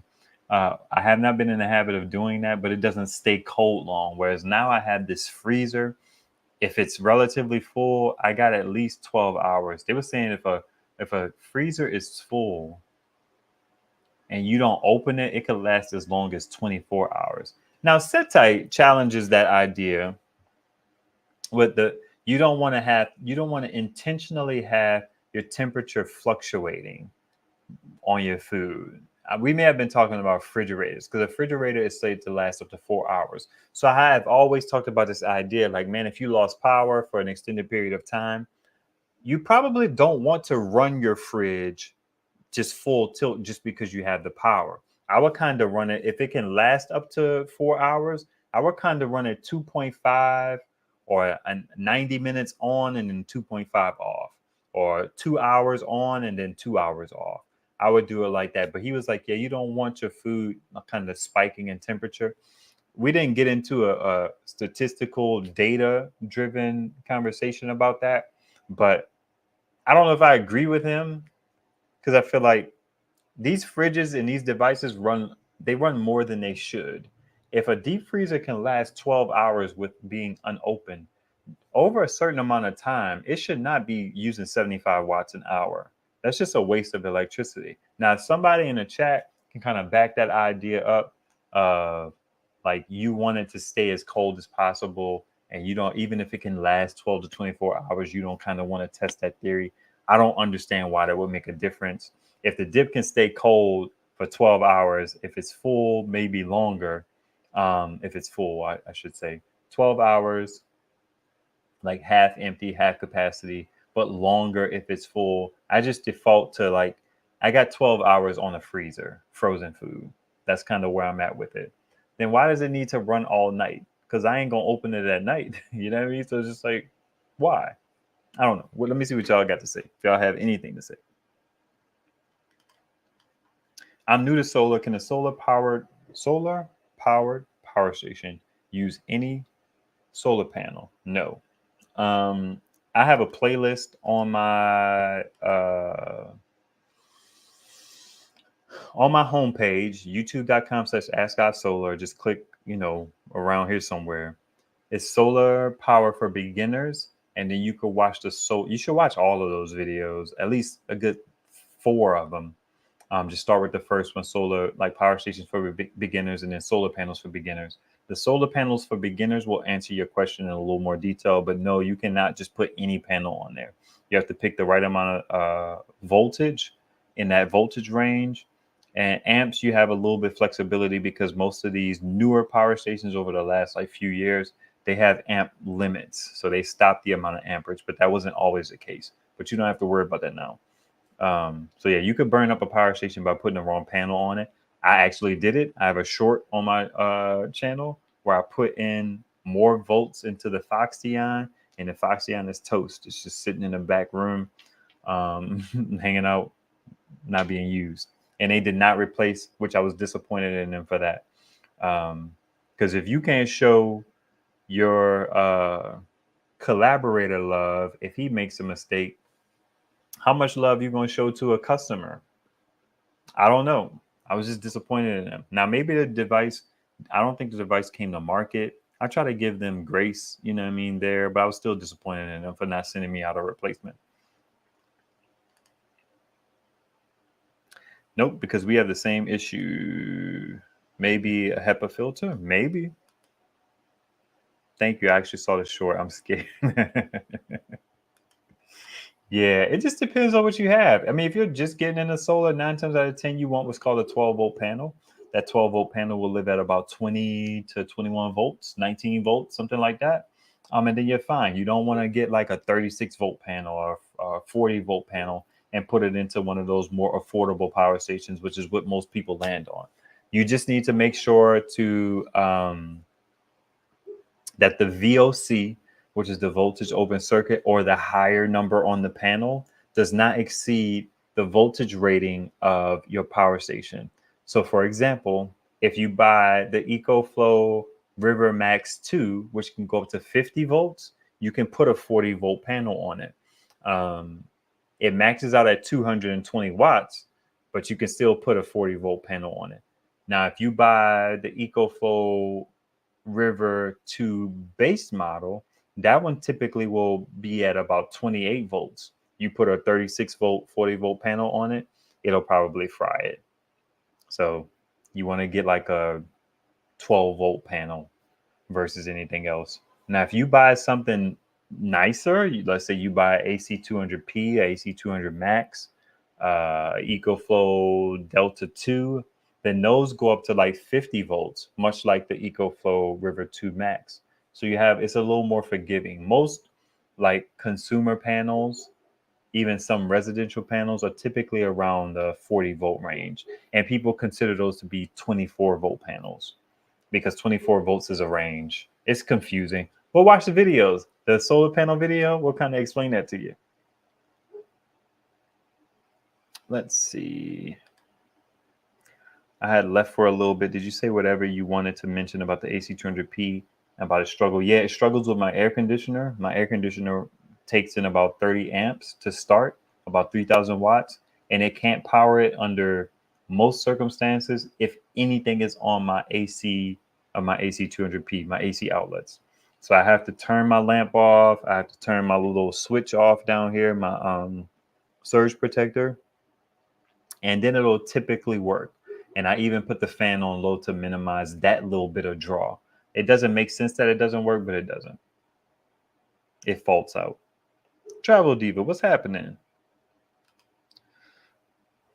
Wait, yes, I think it was a hair dryer. I don't think I've ever maxed on my Blue Eddy. Yeah, the Blue Eddy, the EB70, it doesn't do well with like hair dryers and stuff like that. That's actually how me and Setai met.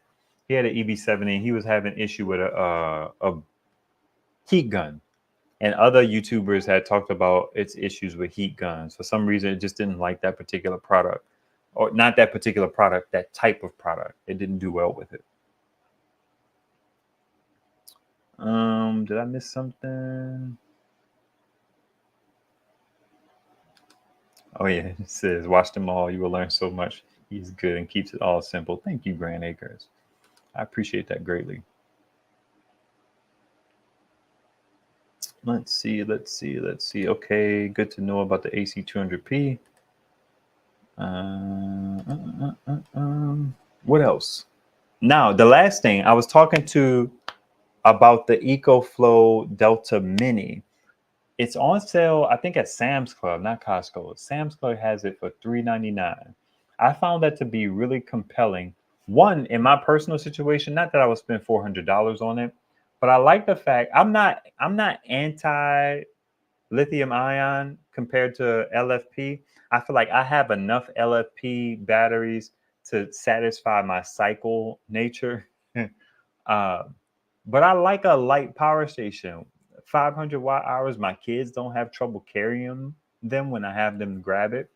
Dang, there's a lot I could touch on there. But let's get back to the Delta Mini.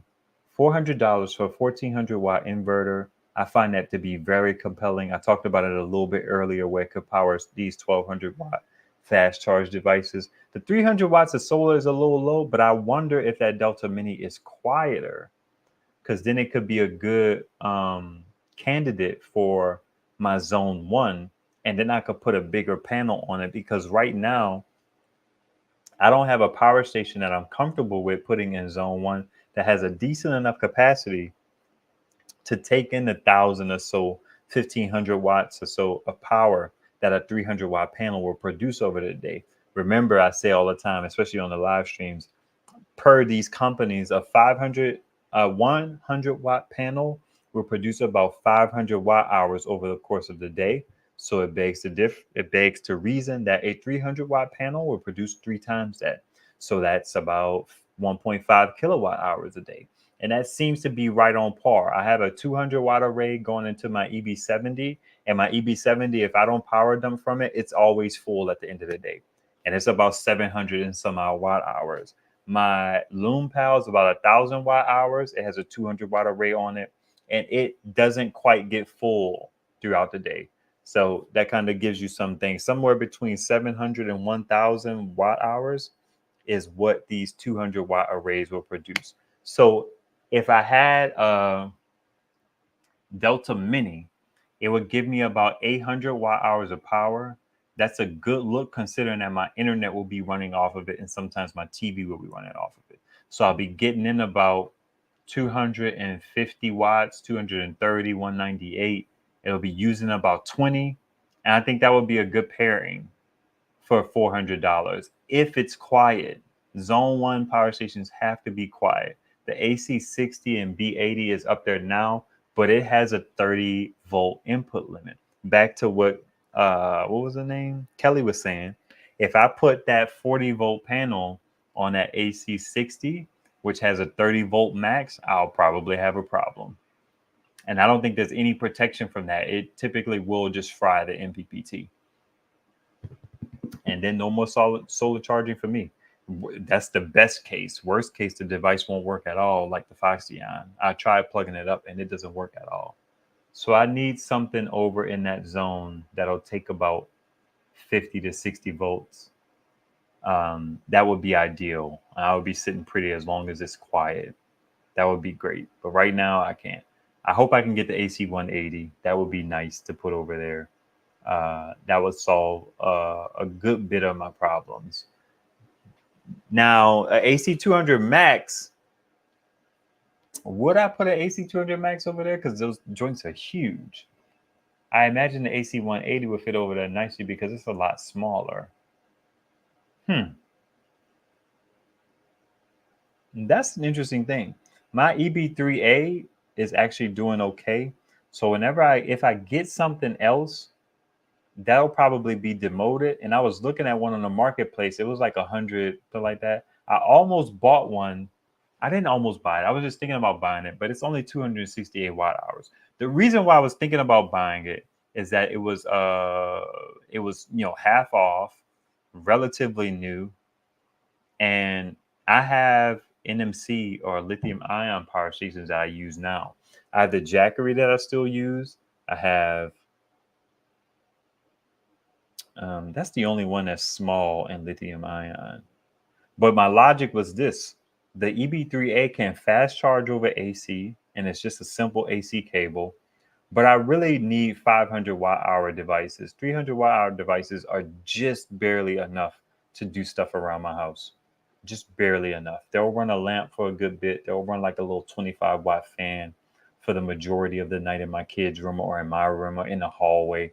I have a hallway, a landing going up to the top floor where there's a window there, but there's no outlet around. So what I do is I put a power station there. I throw a little Walmart square fan in the window to bring in some cool air into that hallway, which is very nice just to have that airflow when you walk out of the hot room.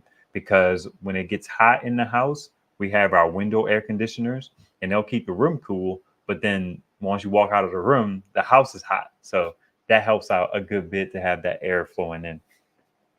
But I thought about grabbing it for like $100. I wonder how cheap I can get it for that will make me actually consider it. Because it's really cool to be able to take, let's say my kid wants to, play the Xbox or something for the 90 minutes that they have screen time, the 120 minutes that they have screen time every day. I could quickly throw, 200 some odd watts into an EB3A and just deploy that. Whereas like all my other smaller power stations, the GoLab charges at, actually they're sitting right here. The GoLabs maxes out at 60 watts input. It would be nice if it even dual charge via 5521 and whatever, that'll give it about 100 watts. My Energizer can take in 100 watts or so. I love this device. That's why I knew if the all powers had bi-directional on it, I would love that too. This is one of my favorite power stations because it has the 100 watt PD that's bi-directional, and because it has a 60 watt that's non-bi-directional. The beautiful thing about that is when you're trying to charge another power station and you want to use that bi-directional port and they both have bi-directional ports, it can become annoying as a mug. But if I wanted to take this Energizer and throw 60 watts into this joint, they both have bi-directional ports. So what I can do, this one has a 60 bi-directional and a 39 bi-directional. This one has a 100 bi-directional and a 69 bi-directional. So I could take the 69 bi-directional and pump 60 watts into this, no questions asked. And I could even do that on my EcoFlow. I can take 60 watts from here and pump it into there. And I don't have to worry about them having to negotiate and all that jazz, because the EcoFlow River 2 Max has a bi-directional port as well. So as I get more and more power stations, or as I have gotten more and more power stations over the past, I have come to appreciate non-bi-directional ports, especially with regard to charging power stations. So it's a good look. The EB3A does not have bi-directional ports. So it's really useful to grab that because it has 200 watts of solar that can come in. None of these other 300 watt hour power stations have 200 watts of solar. The highest one that I have is the Jackery, and it maxes out at about like 80. It could probably get a little higher than that. So that's why I was thinking about buying an EB3A, because it will essentially push one of those power stations out of the door. Any one of these. The Energizer is still my favorite, so I would keep it around. The Go Labs, I had two of those. I gave one of those away already. And then the Sevcoms is a good power station, but it has a diffuse light.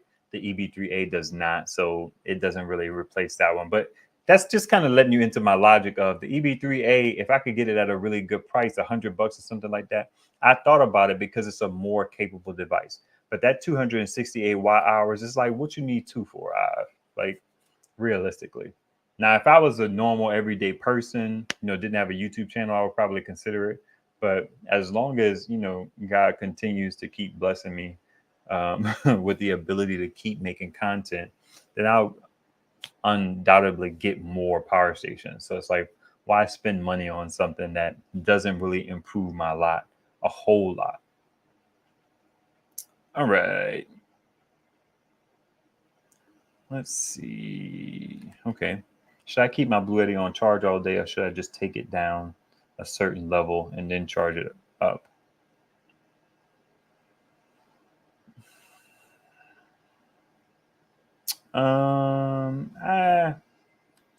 It's tomato potato. You know what I mean? I don't. It's a matter of preference. It has all the cycles, keeping it full. Batteries don't necessarily like to be full for a prolonged period of time, but we do it all the time. So it's just like, does it have some impact on the batteries? Sure. But I don't let that kind of stuff dictate to me, to be honest. And that was even when I would just had 3 power stations, 2 power stations.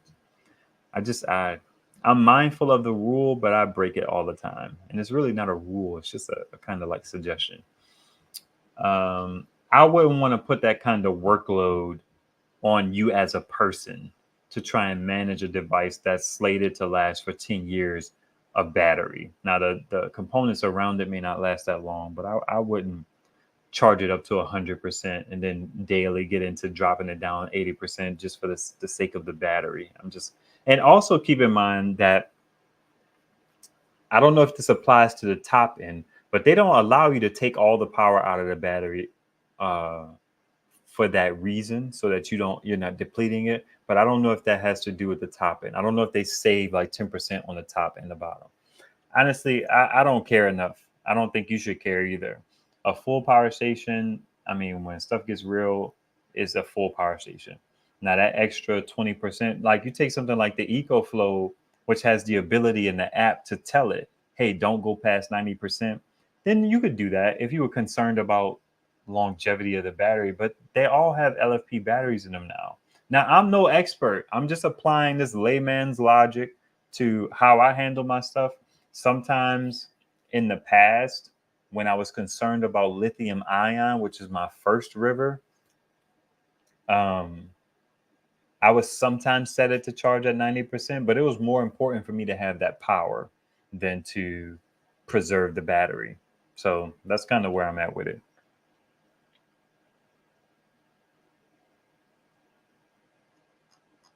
Oh man, am I behind here? Let's see. I've seen you on Blue Eddie stream. Oh, okay, Travel Diva. Yeah, Shafar May, she be on them streams. I can't stand that dude's voice. I just can't. Oh man. Let's see. Yeah, I don't think you can mess it up by just having it sit full.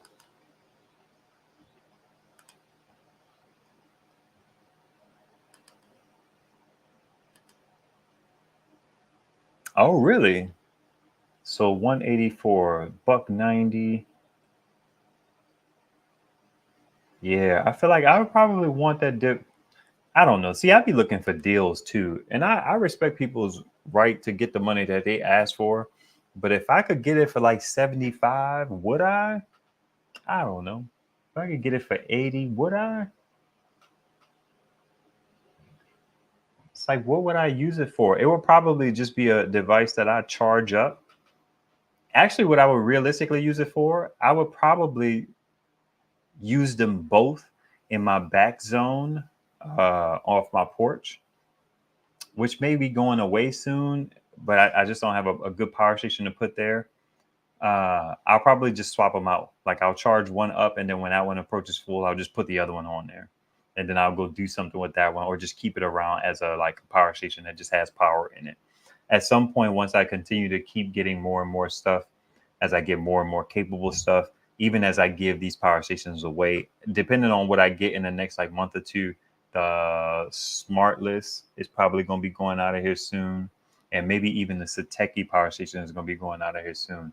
I have 4 kilowatts in battery power. If I get an inverter and I could use my batteries more, some of these power stations may be going out of here soon.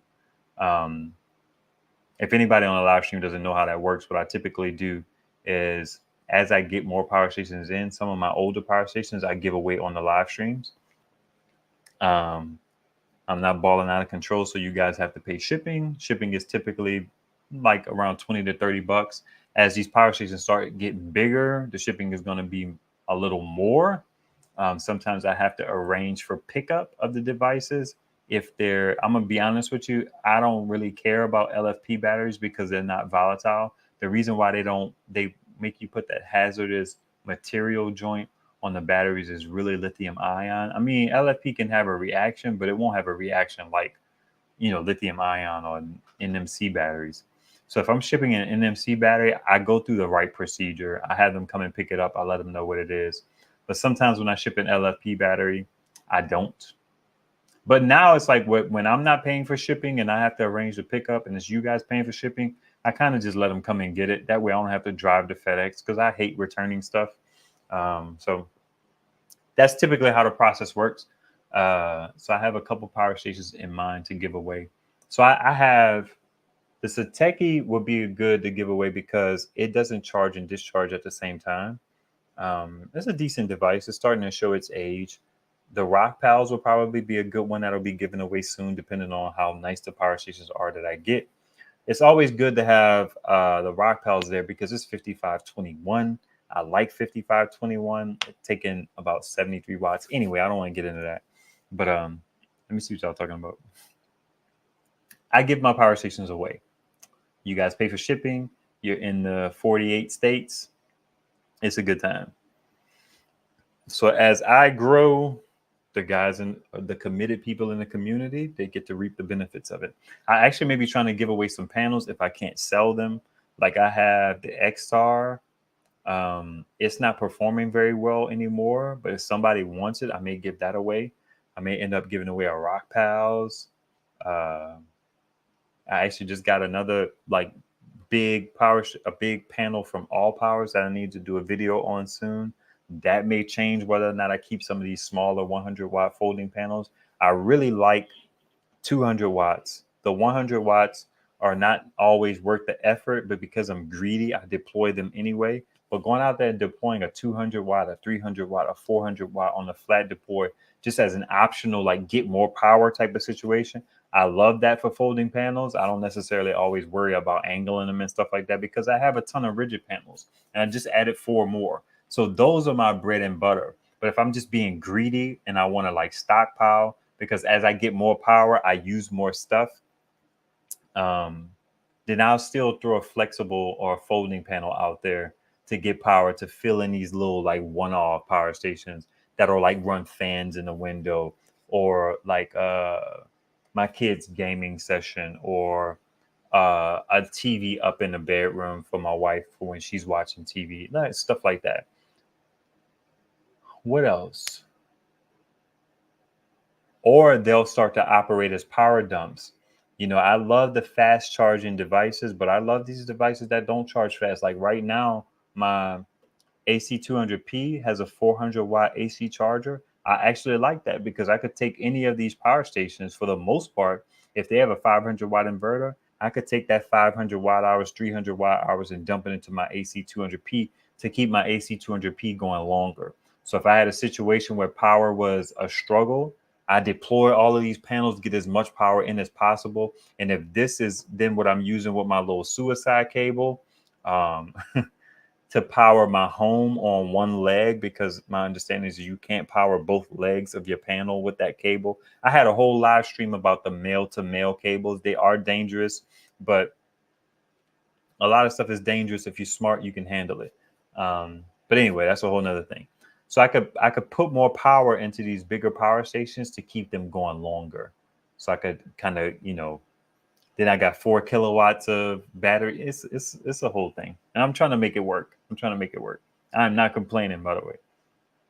Even if I was complaining, it's okay. You could complain in your what's the word? Abundance. It's okay.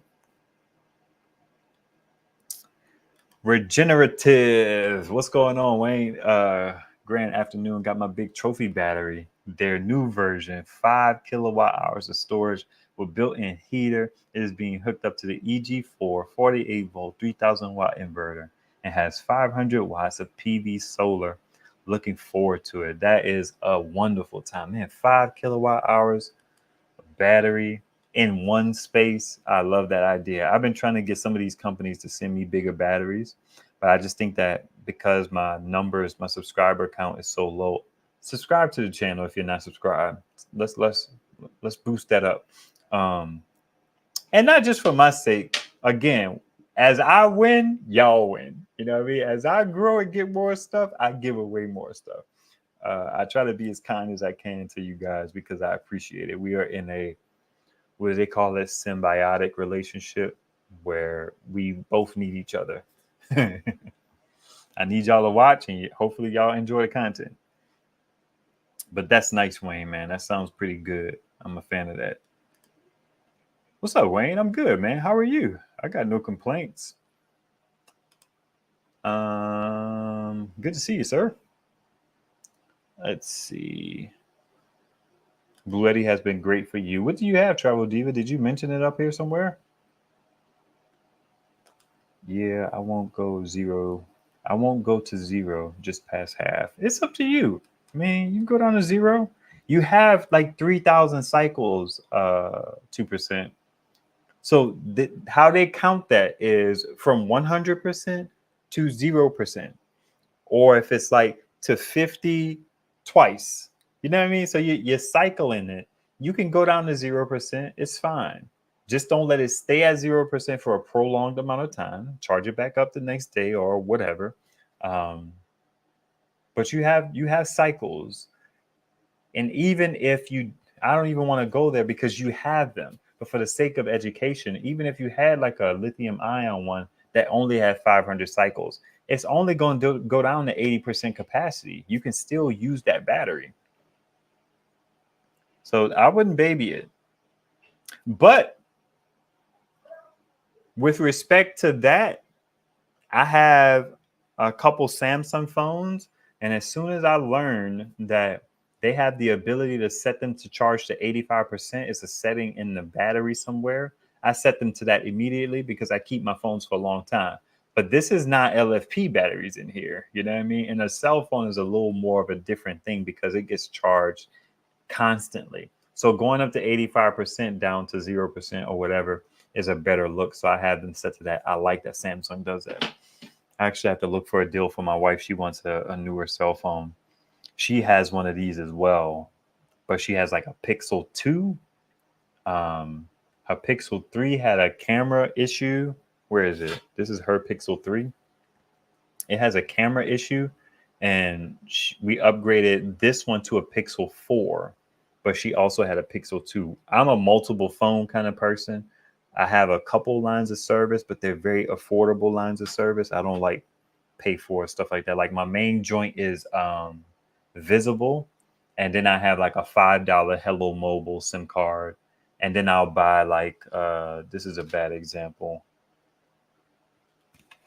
but I'll buy these like little prepaid joints.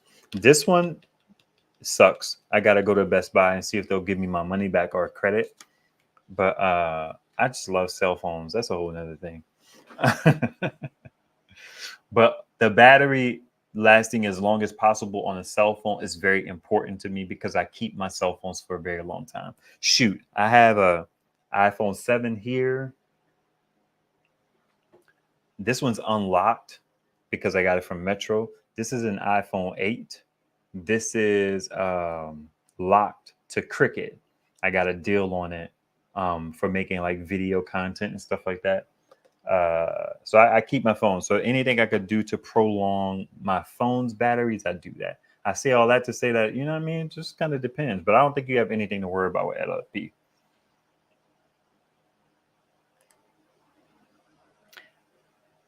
I don't want that one in the basement that don't work. I hear you. That's I respect that. So, what do you think of the Anchor Powerhouse? Which one? They changed their names recently. They're called the Anchor Fuchsias or something like that. Fusion, Fascia. I don't know what they're called. If I'm looking at it across the board of other products, the anchors are really quiet because of that GaN technology. That's what the reviewers say. But the specs don't quite live up to it because they can't get in a whole lot of solar, or they do parallel solar, which I'm not a big fan of. I like series. I don't necessarily prefer series because series treats all your panels as one. What you need, bud? Oh, yeah. Mom just told me that I could hang up downstairs until. Mom said I could hang up downstairs as long as I'm quiet. Okay. How long is your live stream? I'm gonna be done in a little bit. I mean, you can play your Xbox if you want. You just have to be quiet. Turn the volume down. Oh, yeah. Is this screen time for y'all? Yeah. Yeah, you can play the Xbox. We might do this. Oh, you have a delay. Yeah. Oh.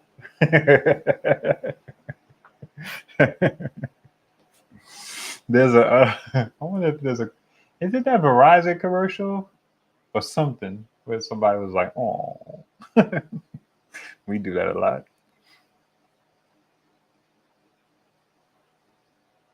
I have a Samsung too. Yeah, that ain't saying much. Samsung make all kinds of phones. It's so confusing. They got so many phones, man. I'm a techie and I have trouble keeping track of their phones, especially that A series. It's like they got the A02, the A23, the A53, the A52, the A24. Yeah, I mean it's just like it's a mess. Does anyone here have the Zendor SBV 4600? I don't know if somebody has that one. Dang, someone was on the live left. No, on the comments. I think maybe LA Times has a Zendor. I'll have to check my comments and see if I can find it. He said that he has some of the same concerns as you, but not the same issues as you. He's like, as long as it's been smooth sailing for the most part, as long as an upgrade doesn't break his stuff. Sharp Farme may have a Zendor as well.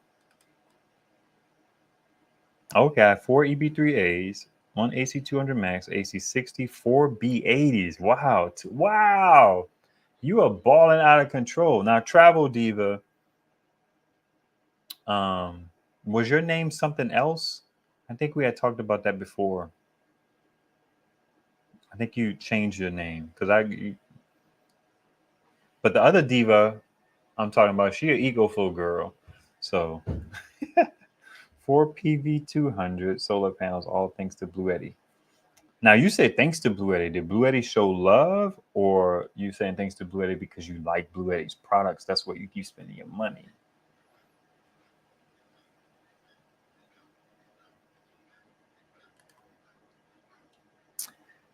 Regenerative Life Wayne says, building this DIY project courtesy of Will Prouse Bill before the cost of the batteries are increasing due the cost of the batteries are increasing due to demand and super inflation as people are waking up to climate change. Interesting. That's interesting. I never thought about using phone cords. That must be somebody telling you some tips and tricks. Solix, there you go. Thank you.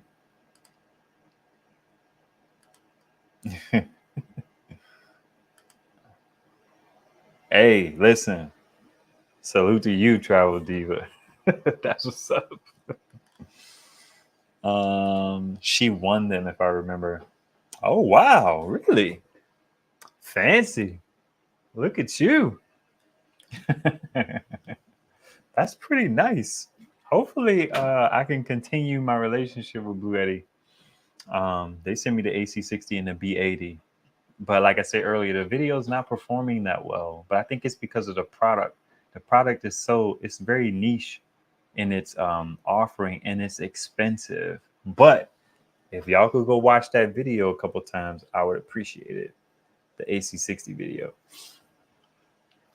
Even if you haven't seen it, like I know some people, because I'm late to the game, as I said earlier, some people have seen most of the videos about the AC60, so they know all they need to know. I like to think I bring a fresh take to videos, and I think I did. I think I mentioned something using the device a little later on in the video that not many people talk about. They talk about it kind of, sort of, but I went into it in a little more, a different angle. Excuse me. I was thinking I have two phones that are just sitting there, but will still work. I might try phone cards. Oh, I see what you said, phone cards. All right, so just a quick little whatever. Hello Mobile is one of my favorite right now. I'm actually due for doing some research on cell phone carriers again, like the best budget ones. Hello Mobile, I think is T-Mobile, and they're one of the very few cheap prepaid joints that give you a good amount of data for half the price of what people charge. So instead of charging $10, they charge you $5 and they give you unlimited talk and text and 500 megabytes of data. Typically, what you get from carriers like Red Pocket Mobile or H2O Wireless is you may get unlimited calls and text, but then you get like 200 megabytes of data. So this one is half the price and you get 500 megabytes of data. 500 megabytes of data is not a lot. I mean, that's good for like, doing Google Voice, maybe Telegram, a little light. It's good for like getting directions in a pinch. But the unlimited calls and texts is nice, especially the calls, especially during the pandemic when we had to take a lot of phone calls, jumping on the line and stuff like that. You have a second phone where you could keep your main phone and use your data and all that jazz and just jump on a call from your secondary phone. $5. We have 3 lines. I have 2 and my wife has 1. And I'd like to say I use them very often. Sometimes, depending on the phone, I like to travel a little light. So I'll go out of my house with, like, I think I just put Hello Mobile in the Pixel. Yeah. So this Pixel phone, the camera's not great, so I don't carry it around a lot, but it's very like lightweight and small, and it's a one-hand friendly phone. Um, so I put the joint in here. So a lot of times what I'll do is I'll take this with me for quick runs, just so I'm not completely out of contact, because I don't always like to have my super involved phones with me. Sometimes I call it traveling light. I like to travel light. So I'll grab one of these, and then I know I can at least call my wife if I need to get in touch with her. And then I have a little bit of data so I can actually message her on Telegram and it wouldn't be a problem. You know what I mean? So I'm into that. And then what I bought recently, we'll just consider this the tech portion of the video before I get up out of here. I bought Mint Mobile has a deal going on where you can get any of their plans for $15, including their unlimited plan, which now includes 10 gigabytes of hotspot. When Mint Mobile came out with the unlimited plan for $30, I was eager to get on board, but they only had 5 gigabytes of hotspot. And 5 gigabytes of hotspot is a little bit low, especially for $30. So they are running this special where you could buy these joints and you have to activate them in about 6 months. But I got one for my wife and I got one for myself. The reason why I get them is when we travel, I like to have coverage diversity. I don't really have a whole lot of coverage diversity these days because most of these carriers use T-Mobile, but it gives me a couple options. So what I'll do is I'll put this in one of my phones and then I'll set up a hotspot that's specific to the family. And then in my main phone, I'll set up that hotspot that's specific to me and my devices. So when I'm working or if I have to jump on a call or something like that, I don't have to share all my bandwidth with my kids. And then they could jump on their phones. They could be good. They got their own allotment of hotspot data to go through. So it's a good look instead of just having, because I don't like spending a whole lot of money on cell phone service. My Visible service is like $30 a month, and it's for unlimited everything up until a point of congestion. Even the hotspot is unlimited because I have an Android phone. I can tether to multiple devices and be fine. So that's good. And then this joint is $15 a month. So it ended up costing me $45 because it's $15 a month for 3 months. That's how Mint kind of disrupted the industry. You buy it in bulk and you save money. So for all new customers, and you could be a new customer as many times as you want, just try and use like a different email address, and sometimes even the same email address will work. Another trick is if you have Google, you own your Google email address in any variation. So if my joint is askivesolar, I could do ask.ivesolar, and that's a different email address to most companies. And then they'll see that as a different user. So you could just keep doing 3 months, 3 months, 3 months, 3 months. Or you could just buy it for 12 months and get the 3-month deal. So that's how they kind of get you in. With me being a person who has Google Voice, the number that I get from Mint doesn't really matter. I don't care. The number you get from me is a Google Voice number anyway. So the back end service doesn't really matter to me. So yeah. And then this was another one that I tried. This one was Boost Mobile, which is now T-Mobile. They used to be like Sprint or something like that. I bought this from Best Buy. They were like $36, but this was 3 months unlimited for, it would typically be like 90, I believe. It may have even been more than that, but these didn't work. So that sucked. I bought a couple actually on sale right now, 2%. You could go to Walmart, maybe Target, and Best Buy, depending. I know Best Buy has them for sure. and they have 5 gig prepaid Boost Mobile plans for $15, which essentially means you get 3 months of service for $5 a month. You can't beat that. This is not talk time. Y'all, if y'all gonna come over here, hey, Saya, you're not gonna watch TV either in here. This is for the game. If you wanna watch TV, you go in the living room. I'll play games. Okay. So both of y'all got delays and Saya doesn't? Yeah. Oh, Yeah, come on. Stop it, please. let me go. Yeah. So you got extra phones laying around. The only downside is you have to make sure those phones are unlocked, but typically they are. It depends on who the carrier was. Guys, you got one more time. I'm kicking y'all all out of here. Ivan was told he could come downstairs if he was going to be quiet. You shouldn't have nothing to tell him because it's not your screen time. You understand me? I don't want to hear y'all arguing about what he got going on. That don't have nothing to do with you. Let me see what y'all comments are talking about. Shh. Oh, really? They're offering Santan Solar is now offering free shipping on their used certified warranty panels.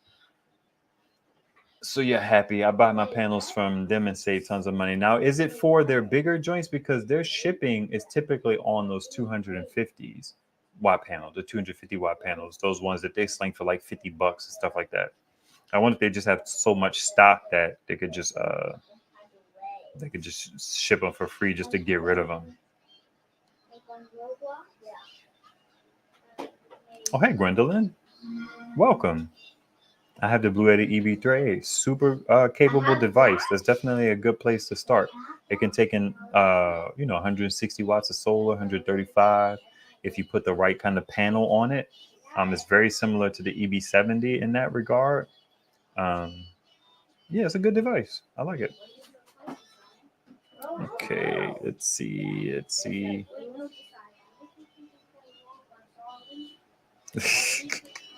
I want that for when I get people I don't always want to talk to. I feel like you should look into Google Voice. Google Voice is good for that. Google Voice is dope. I've been a Google Voice user for years.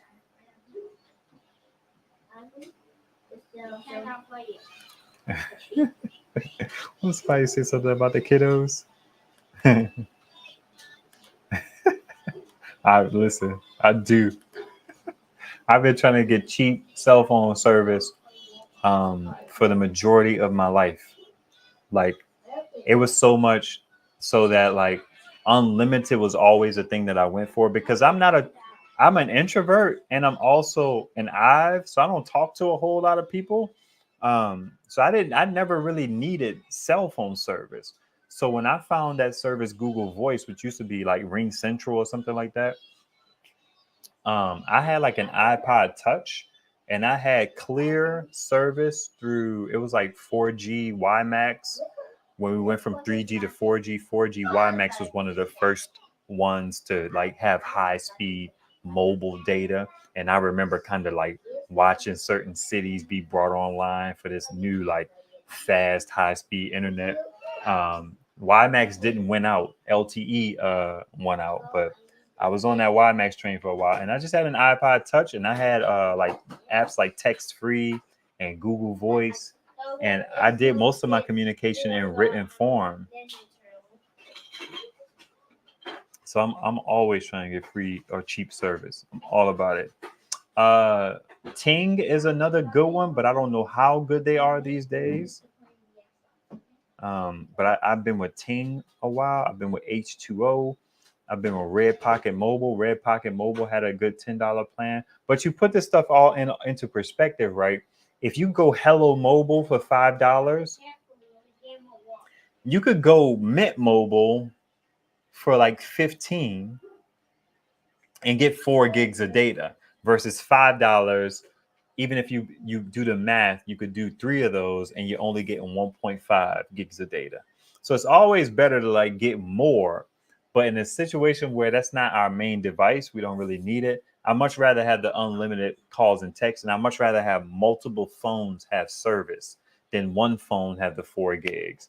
And it's only $5. I can't argue with that. But the better value is to keep doing the Mint situation where you're spending $15 a month getting 4 gigs of data instead of $5 a month getting half a gig of data. You know what I mean? But $5 is a good alternative. What's up, sir? It has been a while. Good to see you. Never heard of that. Let's see. I've never heard of Google Voice.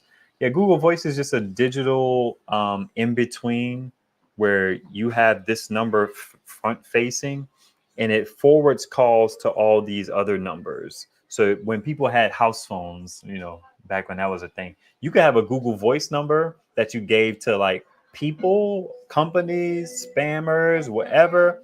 And then when that phone rang, it would direct that call to your house phone. And then it could also do multiple phones at a time. It used to be able to do one house phone, one cell phone.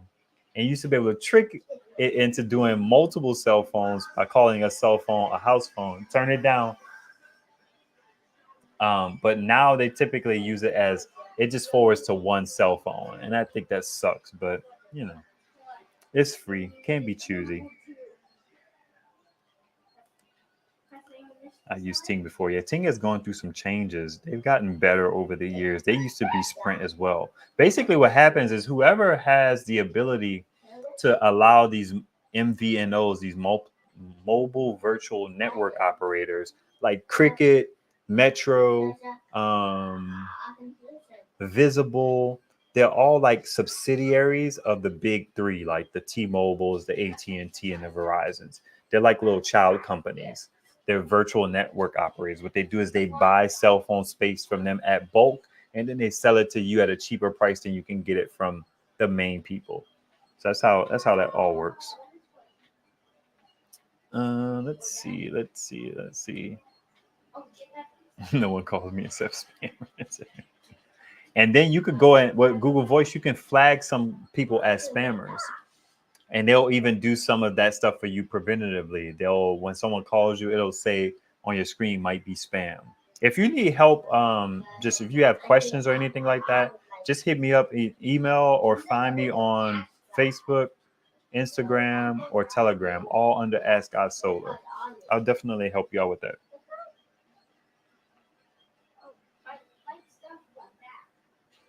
Dang, it's been 2 hours. That extra 45 minutes went by super swift.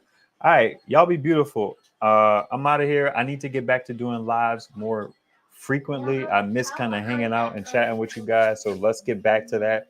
I'm going to figure it out. And then more videos coming soon.